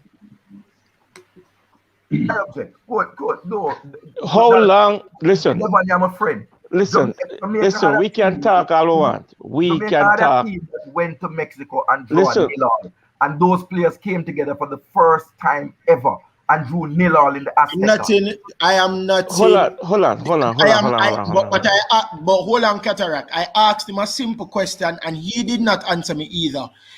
Coach even agreed with me that Blair Turgott and Amari Bell linked up well in the Serbia game. You're talking about preparation. You have not given me an answer as to why these two did not link up well in this game. And this is not the first time they're playing together. They played in the Serbia game and they did well. Because the Japanese has done their work on our team and they cut out and nullify all of that. And it's lack of preparation with our team. And I will always say it and always preach it. How many training sessions has this team has together? Let me interject. How long has the Japanese team been playing together? That's what I would like to understand. How many international games has they played following up to this? So we're not going to World Cup then? No. Because we have not. No, I can't answer that. I would never say that. Mr. Porter. Yes. The person. Hold on. I am sure. Let Kirk speak. What person who asked the question? Them name. There was a big difference. I think there's a lot of. I think there are a lot of stuff that we really are missing. You know, listen to me. Not because the teams are under 23 means it was fully under 23. It was a mixture. A few senior players was in the team too. Few senior players was there, right? Were there, right? So we don't want to get the thing wrong. And not because they're under 23 means that they're not good. Because you have man like Jude Bellingham, you have man like Jonathan Davis, David, a young youth them and them a work, them a play, them a top man. So not because a player at 21 or 19 or 17 means them can be better than a player who is 25, 26, 27. Are now produce. You get me? I say if you check most of the Japanese youth and Endo them, the Kubo them, where they on the field, them a play with some top team. So we can't estimate the man them and say, boy, is an under 23 team, right? We have to be fair. The man them a play top football. And we can't estimate the man them. What we do, we underestimate the man them and feel so we will go up against some local man we can push down. And we put out one look up. Listen to me now, man. Look for the game, man. Look for the team we put out now, man. Big man, you check, you know the players them. Hold on, man is man. He is right. You check the teams where the man them a play for. Yeah, most of them are starters. No, listen what I'm saying. Top man. In Europe too. In Europe as well. Hold on, brother, I'm finish, man. Hold on, man is man. Hold on, man is man. Make him talk. Make him finish, man. Because him right. When I really assess the thing, right, and say we joke out the game on a big. We put out a local team out there like, you know, we want to give some man some a joke thing. Look on the difference. All right. We watch the game or assess the game. Blair Taylor got the on the left, right? And him realize say him not getting the ball up there, right? And Blair Taylor got literally drop further down near to Bell to try to get the ball, you know. Though two players always did their team hard, you know, when him get it, you know. Right? Ravel up there, play arms, come and realize say him not get the ball. Now Ravel look. Ravel drop deep, you know, and I try to see if him can make space to get the ball, you know. Where Lambert and Speedy though. As the defensive midfielder we're supposed to make that look of space, that opportunity there to get the ball from the seat. Look on the defense with Malcolm up on the right thing. And when I can't count on it. I don't remember if he even drop back and help on the defense. He turn up there on the right, like Javan East. Come on, man. There's a big difference, brother. We can't go. Japan have some of the proof, you know. I should have known that from day one. The bad piece of the man in the talk about them something I say. Them have some of the proof. Them have some of the proof. I will go there with a joke team and expect say The man them we underestimate the man them and I do research. The man them do them research pan it. The man them see say Blade Turgot have some of the half. And the man them when him drop deep, 2 man always dead to pressure him. When Bell get the ball, speeding and create none of him give, even if him can't give Blade Turgot when Turgot drop low because 2 man always a pressure him. Speed but if you know, because the man them we are playing, not because them are under 23, means that the man them don't good. And the man them have a point, the man them have nothing to lose, so the man them have a come out hard at it. And I say it already from we play Serbia, say Serbia sit back and give you time to play. What Boca team when they give when I give you that time, what we are gonna do? Yeah, but What we are gonna do? I think the Jamaican team went into that game more eye pressing than the Serbians just sit back and allowing us to play. I think we went into that game with a tactical plan to high press them, don't give them any space on the ball. So I don't think it was Serbia. Just Serbia sit back. Yeah. And the Japanese countered that with eye pressing us, and we had no answer for it. Coach, hold on. What's the difference? What's the difference now? We eye press. Hold on a bit there. Hold on a bit there, Kata. We eye press. Now, what's the difference now? We eye press Serbia, right? Mm-hmm. And Serbia realize say we are eye press them and them can't get much. And you see the man them realize what going on with the coach though. So the coach get blamed to the coach. They tell him put on some man them know can hold up the ball and make some decent pass and put some pass together to try counter the eye press. Jamaica did not. Let me just respond to this because we have gone away from hold on the Qatar because we have gone away from something very important. Watch this. Nobody here said the Japan team wasn't good. Nobody was saying it's just an under 23. No, when we were picking the team before, everybody was talking about how good they were.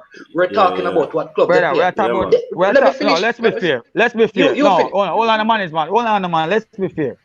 Brother, everybody said Jamaica was supposed to beat. Hold on, brother. No cracks. Everybody said that Jamaica. But most of the man said Jamaica was supposed to beat. Last night when we had our when we had our preview last night, we were saying on this program that this team is not a team to be taken lightly because of the players. Yes, we spoke about it on this program last night when we were having the preview. Let me just finish. Let me finish because I said I will not rate the players because the issue I have is not that we lost, is that players were not tracking, were not controlling the ball, couldn't make accurate passes. Even if you're playing against an all-star Brazil team and you get 12 love, there are some basic things in football that you ought to be doing. That is what we are rating the Jamaican players on. We're not rating them based on the quality of Japan. We are rating them based on the quality of their play. Number one. Number two, when I spoke about Luca Levy, I don't believe these were the best games to give a youngster his opportunity to play for Jamaica. Put him in some of the friendly games against the Caribbean teams. Don't bring him and give him in a depleted team where we're struggling. No, let me just say it. I don't know his age, but if we're going to give a youngster an opportunity to play, we must find the best environment. This is going to destroy him because he may never, and we keep doing it to our youngsters, where we bring them in some games, they perform poorly, and we never see them again. This is where I am saying it is more than just players. This comes back down to the coach and the management of the team. And that is where it is. Well, coach, this is a filibuster. Coach, I've been trying. This is a filibuster, and we need to get to Ravel's church. We have less than half an hour left. All right. Before we touch that, let me hear what Chris had to say. Before we touch that, I had to say something and assessing the situation. Yes, I do agree with Devon in terms of preparation because we have been saying it for a long while, and I have also said it to somebody that listen. You see the whole chop and change thing now go work. Manning's man Luca Levy is 23 years old. 23. He's 23, and I agree. Yeah, in these games, you don't give them proper time to develop. Now, if you put him in Caribbean games and consistently he's playing like him now, in a sense I'm last, then yeah, you would have to do that. You'd have to drop him. But I kept on saying it at the start of this. Since I came in here, there was no linkage at all. In order to be effective, there has to be some link and connectivity with that sit in front of the back four, because these CDMs, Devon Williams and Kevin Lambert, has to act like a middleman between the defense and the forward line. That is what they should do, and they did none of that. Now, I blame the coach, because the coach has to get some of the blame, because I can tell you from experience and how I have seen him personally, Devon Williams is not a CDM. Devon has played for Louisville, and Devon has not played CDM for Louisville. Devon has played, even if you want to go back to Manning Cup, Devon does not play CDM. The deepest Devon drop is box-to-box midfield, and sometimes he even plays as a cam. As a matter of fact, most of his games as a St. George's College player was a central attacking midfield or a winger. Mr. Devon Speedy Williams does not play CDM, and this goes down to the coaching. You cannot have Devon Williams sit in front of a back four. Him can't do it. Him cannot do that effectively. You're going to have him make mistakes, and in order for you to have a good game, the CDM must be able to sit in front of the back four, so you can guard the defenders, guard the fullbacks, so that they don't have as much work to do to guard and protect the goalkeeper. Because if there was an effective CDM in front of this back four, I don't think that they would have had as much work to do. Of course, these players play in Europe and they're excellent, and I think we did underestimate this Japanese team. But we cannot have these players playing out of position. We're bound to have mistake, and there was no linkage at all. That's why we did in a trouble. I don't know how you say somebody playing midfield. You cannot continue the filibuster. What do you mean? No, we're not filibustering. You just spoke 2 seconds ago. I will say something. You can't link up a play if you can't get the ball. If you don't have the ball, you cannot. I would like. So coach, let's move on. Coach. I'd like us to discuss the final. We're getting to that. Kettering. Let's move to the. Yeah, man, we're getting into that. This whole idea about Speedy Williams being a box, they came to CDM. I don't understand the logic. I don't understand the logic. If you're a midfielder who's box to box, you can stay in front of your back four. If you play box to box as a midfielder, that means you play defense and you play forward. I'm not sure if you're in the midfield, where they're supposed to hide you. Where are they going to put you? In the 10? They're not a box to box. You're in the 10. Where are they going to hide you? They can't hide you. Let's go to Ravel, coach. Let's go to Ravel. Why are we going to discuss Ravel case? No, because Ken Rax want to discuss it because he want to say he's right. We don't even need to go there. We don't need to go there. With due respect, Devon, we have to go there. No, we don't. We don't. 10 players. Listen, we don't. No, Devon, we respect you. We went there for 10 players. Pretty, not pretty, everything. Oh, so he has a bad game. So he has a bad game. No, and what? You cannot. You are filibustering. Sir Devon, you didn't watch the game. I beg you to allow the panelists to speak as they did for every other player. So I'll start. Yeah, but this is what we're gonna do. This is what we're gonna do. Beat all the players until they have bruises all over their backs. No, that's Devon. When we started, everybody gave high praises to Dylan Barnes. We did not sit here and beat every single player. So please retract that. That is not fair. Everybody pointed out Ravel time. Okay, Devon, we're grading the players. Now, it will come across as beat because they were awful. Let's be frank and be blunt. They were not good. That's why they said to be beating them. We did give Dylan, I gave Dylan a 4 because I couldn't give everybody a 5, given the performance. And Devon, I'm telling you, Devon, unless you watch the game, you won't appreciate what we're talking about. Seriously, you have to watch it, Devon, to get a perspective. But for look, I like Ravel. I think Ravel is our best midfielder, and I think he's one of Jamaica's best midfielder, period. Now, it's very obvious in the game that Ravel is not fit. Ravel is very unfit. That was the most prominent thing he knows in the game. He wasn't up to the speed of the game. He was unfit. Ravel still had touches. No matter how few they were, you could see it. He's one of the only midfielders who had a couple of touches. You say, you know what? I can see some semblance of ability in there. In fact, the commentators made that whole point. In fact, they were asking throughout the game, where's Ravel? When they go get the ball, but you can't get the ball you don't have. That's what's very funny about that game, which is you're talking about link up between defense, midfield, and forward. You can't link up if you don't have the ball. We never had the ball to link anything. As we get it, we lose it, or they play around us. And if say you're on a highway with somebody driving around you, you're trying to figure out what the hell is happening. Buzzers, people flying left, right, center. We blame West Harding. West Harding had 3 people to mark all the time. Where is the right midfielder? Where is the right winger to help him? They weren't there. So I gave Ravel a 1 for just being on the field, because no matter how much touches he had, and he had a few, Ravel wasn't in the game. Ravel was like everybody else, lost. And you know what? Ravel is my man, because I support Ravel. Jamaica's best midfielder for years now, period. And I'm not going to change my tune. But Ravel was like everybody else. Awful. But Cranky, do you put that up to maybe he's not playing games? Because remember at one point he was at he was in the Dutch league, and then it's just a circle. Is it that probably he's not getting enough games to be match fit?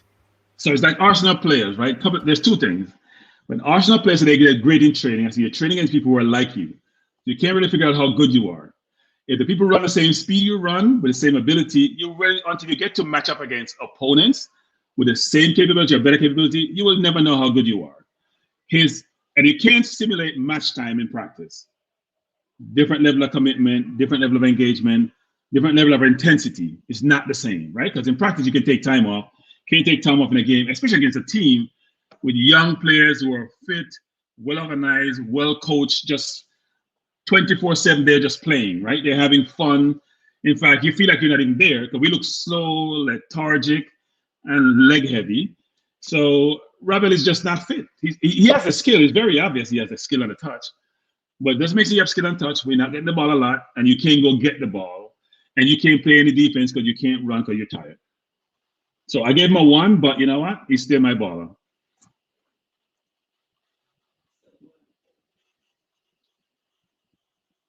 Captain Rock, you can have the floor. You want to rate Ravel? Let me hear you.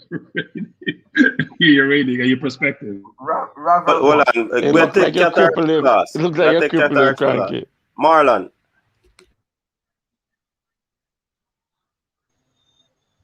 All right, Ravel. The positive I give for Ravel game, he completed 90 minutes. That's a positive for him.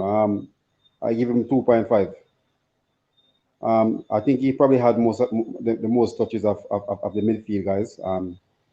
He tried, but he wasn't up to the sharpness. So with him completing the 90 minutes, that was a positive for me. So I can take that positive from it for him.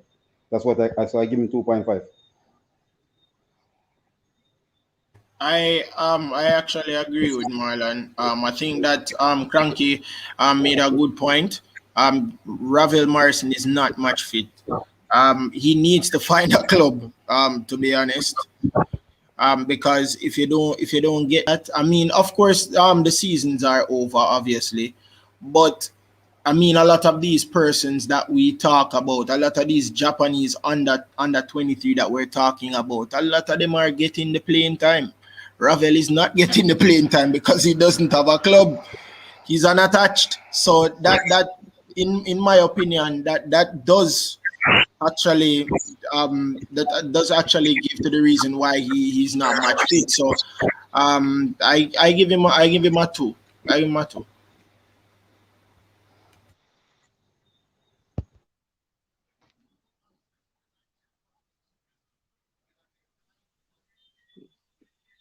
Coach, you mute? Yeah, man, I did mute. We'll go with time? Dre, and then you are sure. All right, so big up everybody on the panel. Big up everybody on the chat. Night number 2 been a very festive one. So grading Ravel from me first. We want to say, as a Chelsea fan, must break the news. We're going to sign Haaland, £154 million plus Tammy Abraham. Man City put an offer of 110 on the table. More likely, it's going to be accepted. Haaland to Chelsea. No, but you have All right. Lord Ravel. My grade, from what I see from Ravel, and given the circumstances and the players around him, and after this grade, coach, I'm going to take off work at 7 o'clock in the morning. From his performance on the field for the full 90 minutes, and all taken into consideration, I give Ravel the highest grade for me on the day, a 6. I'm out. I think the Haaland news has gotten to you. That's all I'll say. No, but I want to know, Cranky, why you got a 6? No, but we have to move in the order, coach, because my time in the coach. So my time, and then your time, Keterak, or my time? No, you're sure. Your time, man. Listen, I think Ravel, let me just say this. And again, we can look at the positives from the game. The good thing is that Ravel got a full 90 minutes, and that will, once he's in the Gold Cup squad, I think that is going to be good for him. Why I've kind of shared how I've shared tonight is because I felt like we should have started our strongest team and then made substitution. Bringing the players. I think that is what should have happened in the game. Therefore, all the same players that started, except you include Ravel into the starting 11 and probably take out a Williams, that should have been the starting 11. So again, I don't want to grade the players, but I will say I saw many things. At the beginning of the game, he was the only midfielder who made any accurate. You watch the game, he was the only midfielder who made accurate passes during the game. He never gave away the ball. He made in a bad game, he made more passes than every other player on the field. So even when everybody was failing, if you look at the basics in football, he was still getting them right. And that I have to give him credit for, because it's easy to look bad when everything around you is bad.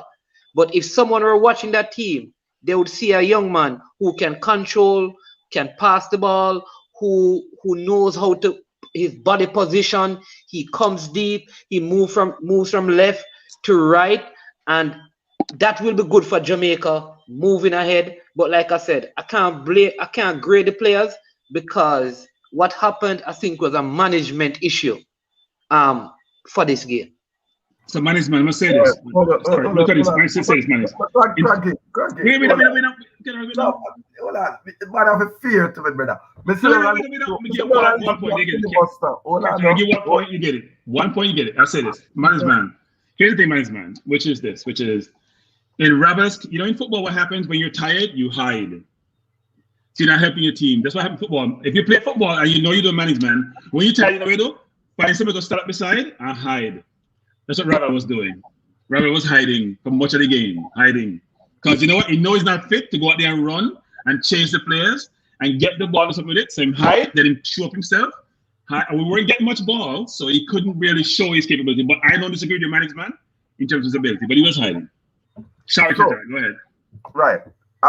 Ladies and gentlemen, everybody in the chat, make sure you press the live button. Make sure you press the like button. Make sure to press the subscribe button.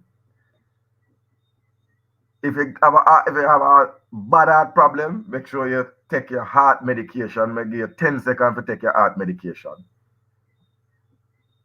I, DJ Big Boss of Cataract Sound, who has been on the case for Ravel Morrison for a couple of sessions now, I'm going to say this. First of all, my man of the match is the goalkeeper, Dylan Barnes, and I gave him a 4. I will give Ravel Morrison a 3. I think he was the second best player on the field, but this is in context. In the land of the blind, the one-eye man is king. And the rest of the team was fully blind, fully dot, fully everything. And therefore, Ravel's performance. No. So let me say this. Coach, there is no substitution for a good foundation and no substitution for professional development. When the going gets rough, you don't lose that. So what did Ravel show me? Showed me still why he is an 89% accurate passer of the football. Because even when everything was falling apart, even when his midfielders and CDMs had decided to apply for their Japanese citizenship, he still managed to get the ball to them and they decided to turn it over, right? Good, that's one. I saw on 2 occasions Ravel in our last third trying to make a tackle. Wasn't successful, but that is more than I can say for Speedy, Kevin Lambert, Kevin Isaac. That's the more than I can say for the 3 CDMs combined. Ravel had more attempts at a tackle, which was 2. And so I appreciated the defensive work. I also appreciated the player for remonstrating with his team after the goal was given away, after the water break, right? He was very upset. And I think that showed me a level of mental matureness that he has been criticized for not having before, right? He was upset about the goal. No one else could seem that they were bothered. Additionally, I have to say, and I've been calling for the fact, and I had a video on Simon Preston, is Ravel hype or hope? The question is still out there. I can pass no judgment at this time, but what we do know is Ravel is unfit. He's not match fit. I agree with Stan. He hid skillfully during the game for periods of the game. He came out a couple of times and did his thing. He provided no offensive threat or anything, but then there was nobody to line up with. So Ravel's fitness and Ravel's contribution to the Jamaican team will require that he must join a club. And I'm suggesting that he gets in either with a Premier League club in Jamaica so that he's training, gets the body mass or whatever, but at least he's touching a football in some competitive way for the next 2 weeks before the Gold Cup. Because he can't keep a play catchy Shubi. It's not fair to him to have him a kick ball from Luke Olivia throw it at him. I think Ravel showed that he has the basic fundamentals down pat. He can control a football, he can pass a football, but he is unable to run for 90 minutes and unable to contribute. So he's not the box-to-box midfielder. And I think, lastly, to be fair to Ravel, Jamaica don't know what they want to do with him. They don't know if it's a number 8, a number 6, or a number 10. Because we had him as the attacking midfielder number 10 to be in behind the hole with Javon East. But there was no hole to be behind Javon East. Because coach, I don't know who could look at a player. I don't know how tall he is. But when you have a single forward as a target man, usually they're bulky, strong, and have some height on them. So all the panelists who said that this comes back to coaching and tactics are correct. But I gave Ravel a 3. He was the second best Jamaican on the field because he demonstrated, I'm talking about the starting level, he demonstrated some sort of technical, you could see the technical fundamentals that he has was good and well developed. No go around that. Again, I look forward to see him again before I pass judgment. But the jury is still out. Because if you are the man, you have to be the man for 90 minutes and carry your team. Yeah. Cataract. Me say a man say you get 0, you know, but I am debunking that to say that that was a very, very good catch and show game that you went on there a while ago. Trust me. What was a good assessment, fair assessment. And many persons probably would have expected you to come out with the 2x4. And Cranky kind of surprised. You see him still look shocked. So I actually I'm flabbergasted because you know he likes to gloat when he think he's right. And in this case, he gave a balanced perspective. In fact, I gave him a 1. I gave him a 1, and you gave him a 3. And here's why: because I know his capability, and you should not be unfit as a footballer.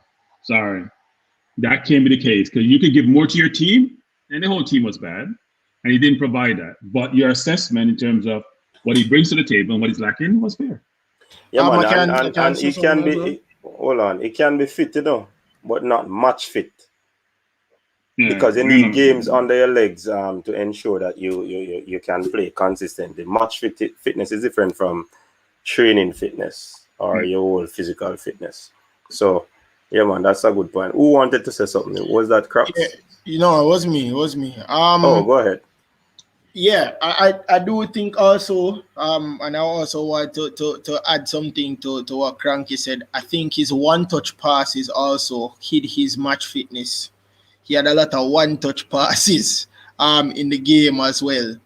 And sometimes was trying to be fancy with it, those one-touch passes. I remember I saw a backheel pass one time when he was right in front of Javan E. So I think that and this is what was the difference when we qualified for the World Cup in '98 and was preparing for major competitions. There was a lot of friendlies, and yes, I know that there's a pandemic, so you will have to be careful and you know where we go, what would in terms of friendlies and all of that. But this is if and it was a '98 World Cup preparation type of basis. We all know that after you get a couple games under your belt, coach, after the match, you start to get back your match fitness. He would have gotten back his match fitness.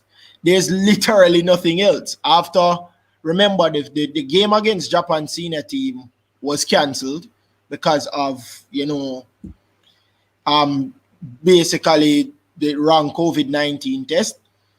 And the game against Serbia, it was, you know, but the match fitness is what we need to understand. How are we going to get him match fit for the getting him match fit for the Gold Cup during the Gold Cup? That can't work because we need somebody that has that vision, that has those defense splitting passes. Somebody said in the comments that even persons like that Josh King, who play for Bournemouth, said he's one of the most skillful players that he has ever really come across. Remember, this man played played in the Man United team that won the youth FA Cup. You know, this man is very much skillful. But how are we going to get Ravel Morrison 100% match fit or almost 100% match fit to play him as a number 10? Because I think he's more effective as a 10. How are we gonna do that? That's the question we need to ask the coaching staff. Yeah, man. I think it will get there. It will get there. He played 90 minutes in this game. This is what we have to continue doing to get him match fit. There's no other way. You get me? We just have to put the trust in him right now. We know that he hasn't been playing for a while. We are still optimistic on what he's going to bring to the table. But guess what? We got to put the right squad out there to not have him do that amount of running that he did in this game to show up that unfit side of him. You get me? And let him play his natural game and come in his natural rhythm. So we just have to trust him. We're gonna have to use this Gold Cup because we have limited friendlies. So we're gonna have to just use him in the Gold Cup to get the fitness. You get me? For right now, And if the other guys come to the camp and the coach seeing in the training session that they're better, they're distributing better in the training, or they're fitter, the coach have all right to use them. You get me? So it's just gonna be anybody show up and is playing the better ball and can deliver the goods, let them play the ball game. So Jermaine said one thing. He said he played for 90 minutes. I think he was on the field for 90 minutes. I don't think he played for 90 minutes. I'm sorry, he did. He was on the field for 90 minutes. He didn't play for 90 minutes. Hey, cranky, easy, man of detail. He's going through the like parliament. But it have to be it will be registered as a 90-minute game though. So you have to take that into consideration. You ever see that show where somebody going at somebody's body? I want them cataract me over there. I believe I'm a fair. I'm not biased like some people. I am Rabbit is my player. Right? All you have to do is cataract. But I have to assess Rabbit based on what I saw. Rabbit didn't play for 90 minutes. Yeah. Hit for half of it, and he played for part of it. He didn't play for 90 minutes. I'm going to disagree with you, Stan. I'm going to disagree with you. He did play for 90 minutes. Playing badly is still playing. All right? No. He did play for 90 minutes. No, Michael, here's what's missing. So I could be on the field. I don't get the ball at all, right? When I get it, I do something with it. Whether it's great or not, I do something with it. He wasn't losing the ball. He wasn't making bad plays. He just wasn't there. There's a difference between me being the game like Williams or like Lambert, and when I get the ball, I just lose it or I'm out of position. That was his case. He was just not there because physically he couldn't be there. Yeah, but that's what I'm saying. He's the best that is still playing badly. The team. That is still playing badly. He's the best player in the squad. That's in Japan. He's the best player in that squad. I say that over and over again. He's the best player in that squad. But gentlemen, hold on. You see, at the end of the day, all is said and done. I do believe that this game I believe it was essential for we to have this sort of game, because whatever is happening behind the scenes, I don't know, but obviously there is some sort of disconnect, because a lot of us noticed that Whitmore wasn't on the sideline. So what I'm saying is that in terms of going forward, I think this game would have opened the technical committee, the coach's eyes to allow them to see where, because obviously it was a non-sanctioned FIFA game, so it won't affect our standings in terms of our FIFA ranking. So I think the positives can be taken from this, or whatever negative is there, they use it to go and fix things so that the team can move forward. Cranky said something last evening about we're having this big alabaloo over this game, and come Gold Cup, the team is going to be a different team in terms of how they are going to be playing. You understand? So, I mean, this is a practice game. This is where mistakes are made. This is where coaches now put things together to ensure that the players are fine-tuned, be at the place where they want to be, because they might see something that didn't work for them tactically. And come next training session when they meet, they are going to be working on this thing. But then again, if the players who would have affected the system in terms of a negative way aren't there, then it's going to be a new slate going forward. So a lot of things can come out of this. A lot of things. I agree with Coach that you gotta realize. Look, it level sets, right? Because we have been expressing discontent about certain things that we see, which need to be rectified. And the Serbia game may have given us too much optimism and create a sense of euphoria, which wasn't reality. Now, we should also take the extreme in terms of this performance, and that's the team in itself, because we know we're missing a lot of players. It's a different environment playing in Asia versus playing on the continent here. So we can't take any positive from that game, but we also got to have a balanced view, which is hopefully this is not us. Hopefully we're more Serbia than this. But at the same time, I think for me, what it should do is say, you know what? We still need more players that we can go source, because they're out there. That's the way I feel. Ravel needs a CDM to shine. Yeah. We owe it to him to go and get the proper stadium. And I think that either Kevin Stewart and Anthony Grant, I'm looking now and wondering if the two of them in tandem would work for us and allow Ravel to play at the number 10, having two ball winning and CDMs that are able to pass well to him. Yeah. And one left, that is the mystery. That's the mystery. And I just want to put it, I know the last time, I know the JFF looking at Cousins. I'm going on record here like I normally go on record. I do not think that Jordan Cousins is the answer to Jamaica's CDM issue. I think the answer lies in Anthony Grant and Kevin Stewart, both who have been developed in a Premier League setting, and I think have the requisite tools there. And that is on. And when we get a Lewis Baker, I don't think he should be wasted at CDM, but allowed to play with 4 men in the middle and allowed to play alongside Ravel. I think that would be a wonderful moment. Big up Kedisha Bunishaw, because sometimes when I talk about the girl them. Yeah, man. City. Big transfer. Yeah.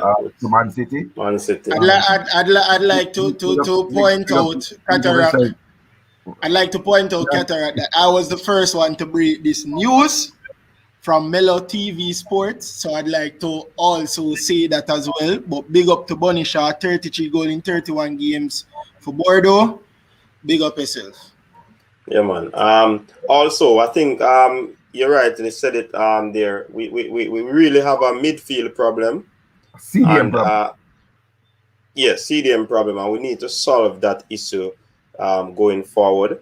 So I believe that this game also indicated to the team or the staff that we really need somebody in the middle of the park to calm down the play, to distribute the ball, to break up the play, to sit in front of the defenders and protect them.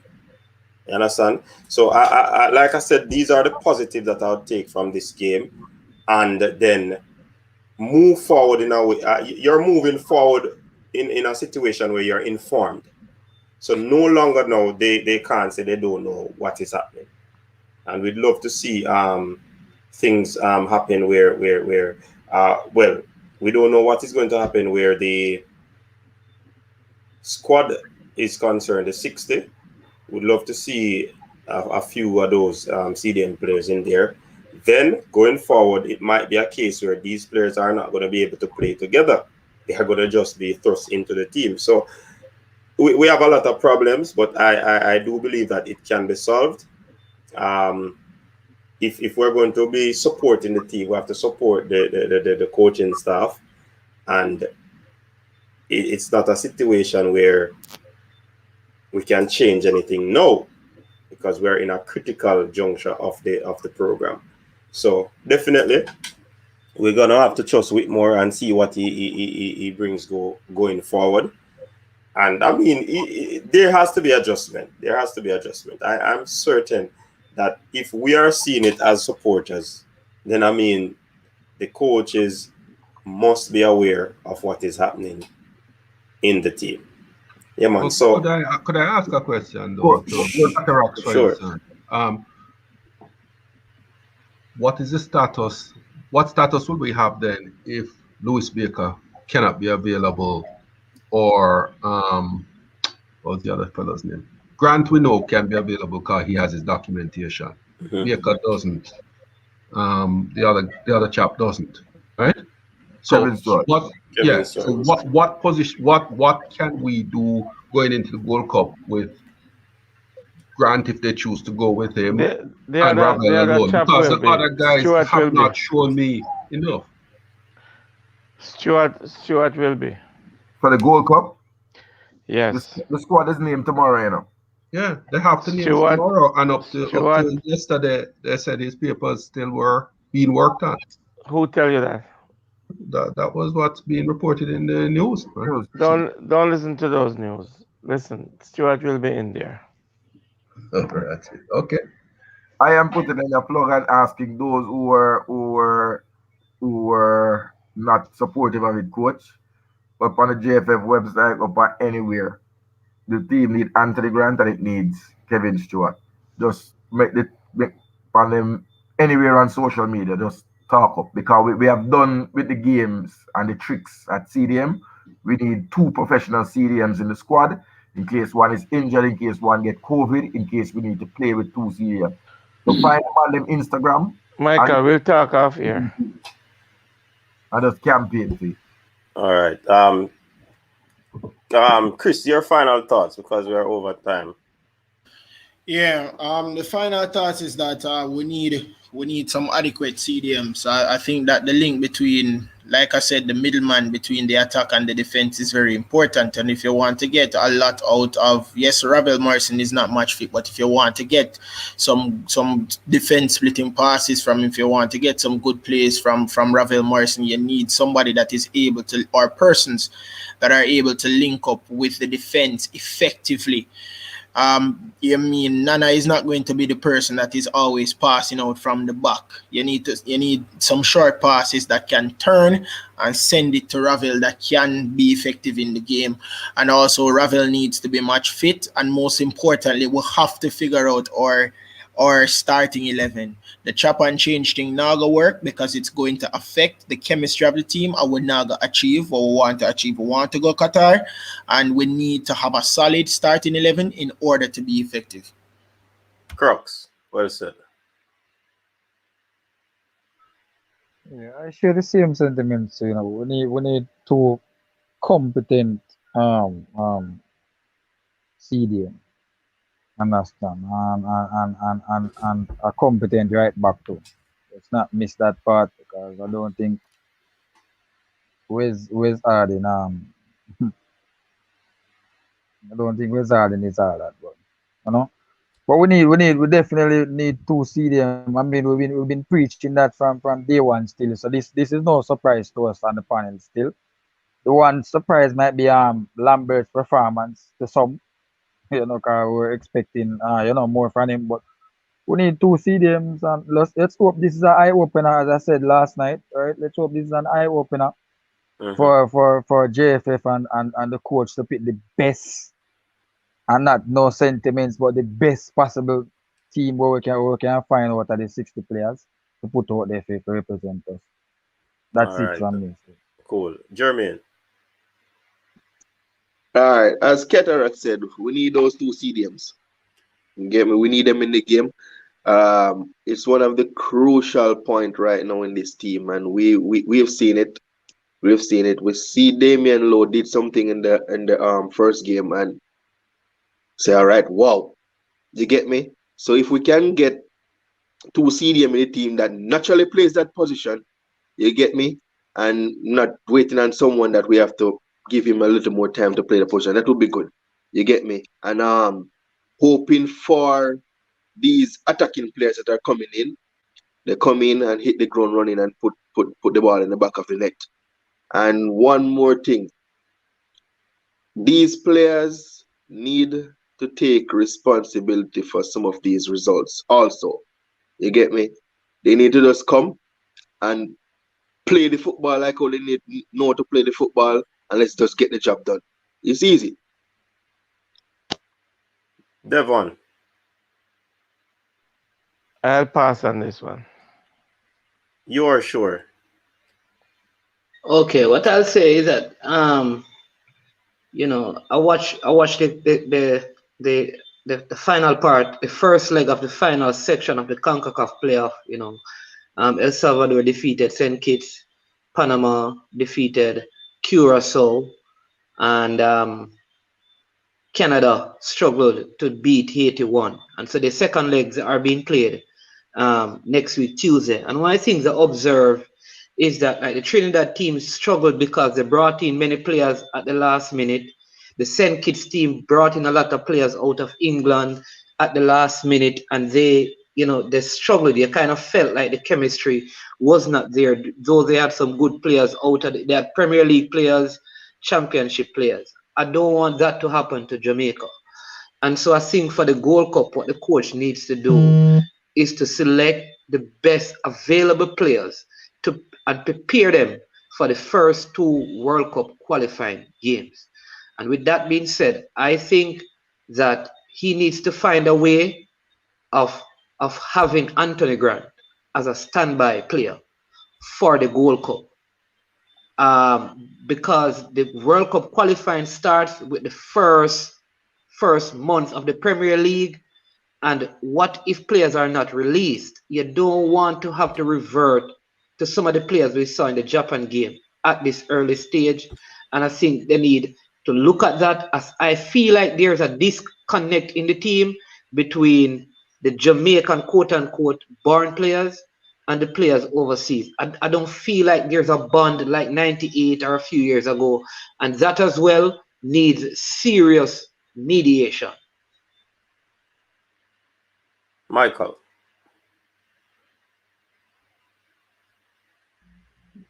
What he said, I agree 100%. We're going to have a situation where we almost have to use the Gold Cup as practice games for the World Cup qualifiers, because we're going to have to develop our CDM core. I agree with what Cataract said earlier. We need to have 4 CDMs for the squad. We think we know 2. We have to have 4, right? So that have to be done. Somebody said earlier we have to address the right back situation. I like defensively how Harding plays, but you're going to need to add some width to the field, and he just doesn't do that attacking wise, but I disagree to an extent about our struggling with the new players coming in, because most of these players are coming from very good academy backgrounds, very well trained professionals. So long as the coaching instruction is precise and clear, it will work. Where we might have trouble, believe it or not, is communication, because we don't unfortunately speak the same English.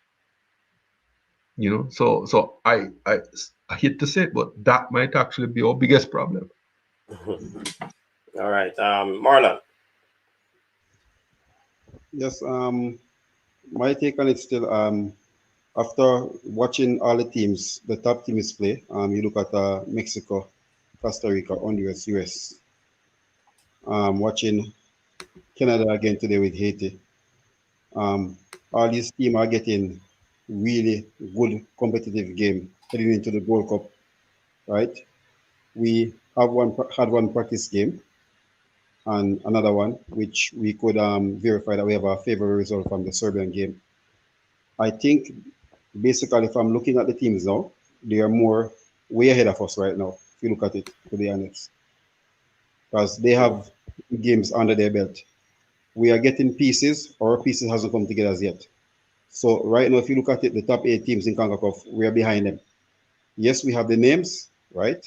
But we haven't played a game together as a team yet. So I'm not going to compare them to a Canada, a Honduras, a Haiti, and all these teams. We just need to, as Michael said, the World Cup like it's going to be getting to know each other. So Papa has his work cut out for him, and just have to hope for the best and hope the players can come. And the next thing again for me still, I want to see how his man management works. Yeah, that's going to be critical. That's going to be a key for us to be successful. Yeah, man. Cranky, you close the show now. So we started, this whole trip to Japan started poorly, ended poorly, but there was some positive in the middle when we played Serbia, right? So it was not terrible. We started poorly with logistics, didn't work out. We ended poorly with the results of the game against Japan, the younger team. And yeah, when we played Serbia, we all walked away feeling enthused and optimistic about the team. So some positives, some negatives. I will say though, in most organizations, in most things you do, if the head doesn't really work well, everything else sort of flounders. So we have to get the hierarchy at the top working seamlessly with all parts of the organization to get us to a good place.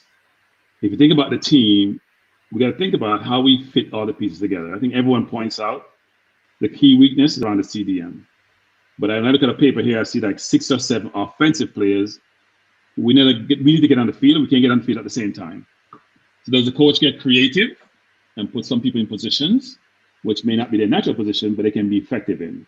You got to consider that. If you have talent, a lot is on the bench, and you're not balanced, it also becomes a challenge. I do think we have the talent between a Lowe, a Nicholson, a Roof, a Morrison, a Bailey, to have a very good offensive team. But they all don't fit in the same team together. The question is, how does that work out? We have mentioned a number of CDM between the Stewart and Cataract son, Anthony Grant, whether or not we should bring those in to supplement the team, which I think is a need versus a want. So as Martin says, we do have quality players, regardless of what other teams have. The question, how do we get the cohesion, the togetherness, break down the cliques, which are innate in a construct like we have, and have our team functioning as one. Hopefully we can get there by the time of the Gold Cup. Because the Gold Cup, frankly, is a preparation for the World Cup qualifiers. I don't care if we win the Gold Cup or not. I'm going to go to all 3 games because I want to watch my team play. But it's not about winning the Gold Cup. It's about how we play as a team, how we coming together, how we work with all the Kings to get us prepared for a very intensive World Cup qualifying campaign. Because, as we know, every region in the world, including CONCACAF, is improving, and we have to improve faster because we haven't made the World Cup since '98 to be able to go to Qatar. So hopefully we are working out all these kinks, including logistics, now, so we can have a more seamless process to get us in the qualifying campaign. All right, and we put the lid on with that comment from Stan Cranky. Yeah, man. People, thanks very much for tuning into the show one more time. It's the second night of the weekend's triple treat. We will do this all over again come tomorrow evening at 7 p.m. Thanks again to the panelists. Thanks to the persons who are very active in the comment section. Thanks to the silent viewers out there who watch, but they don't comment.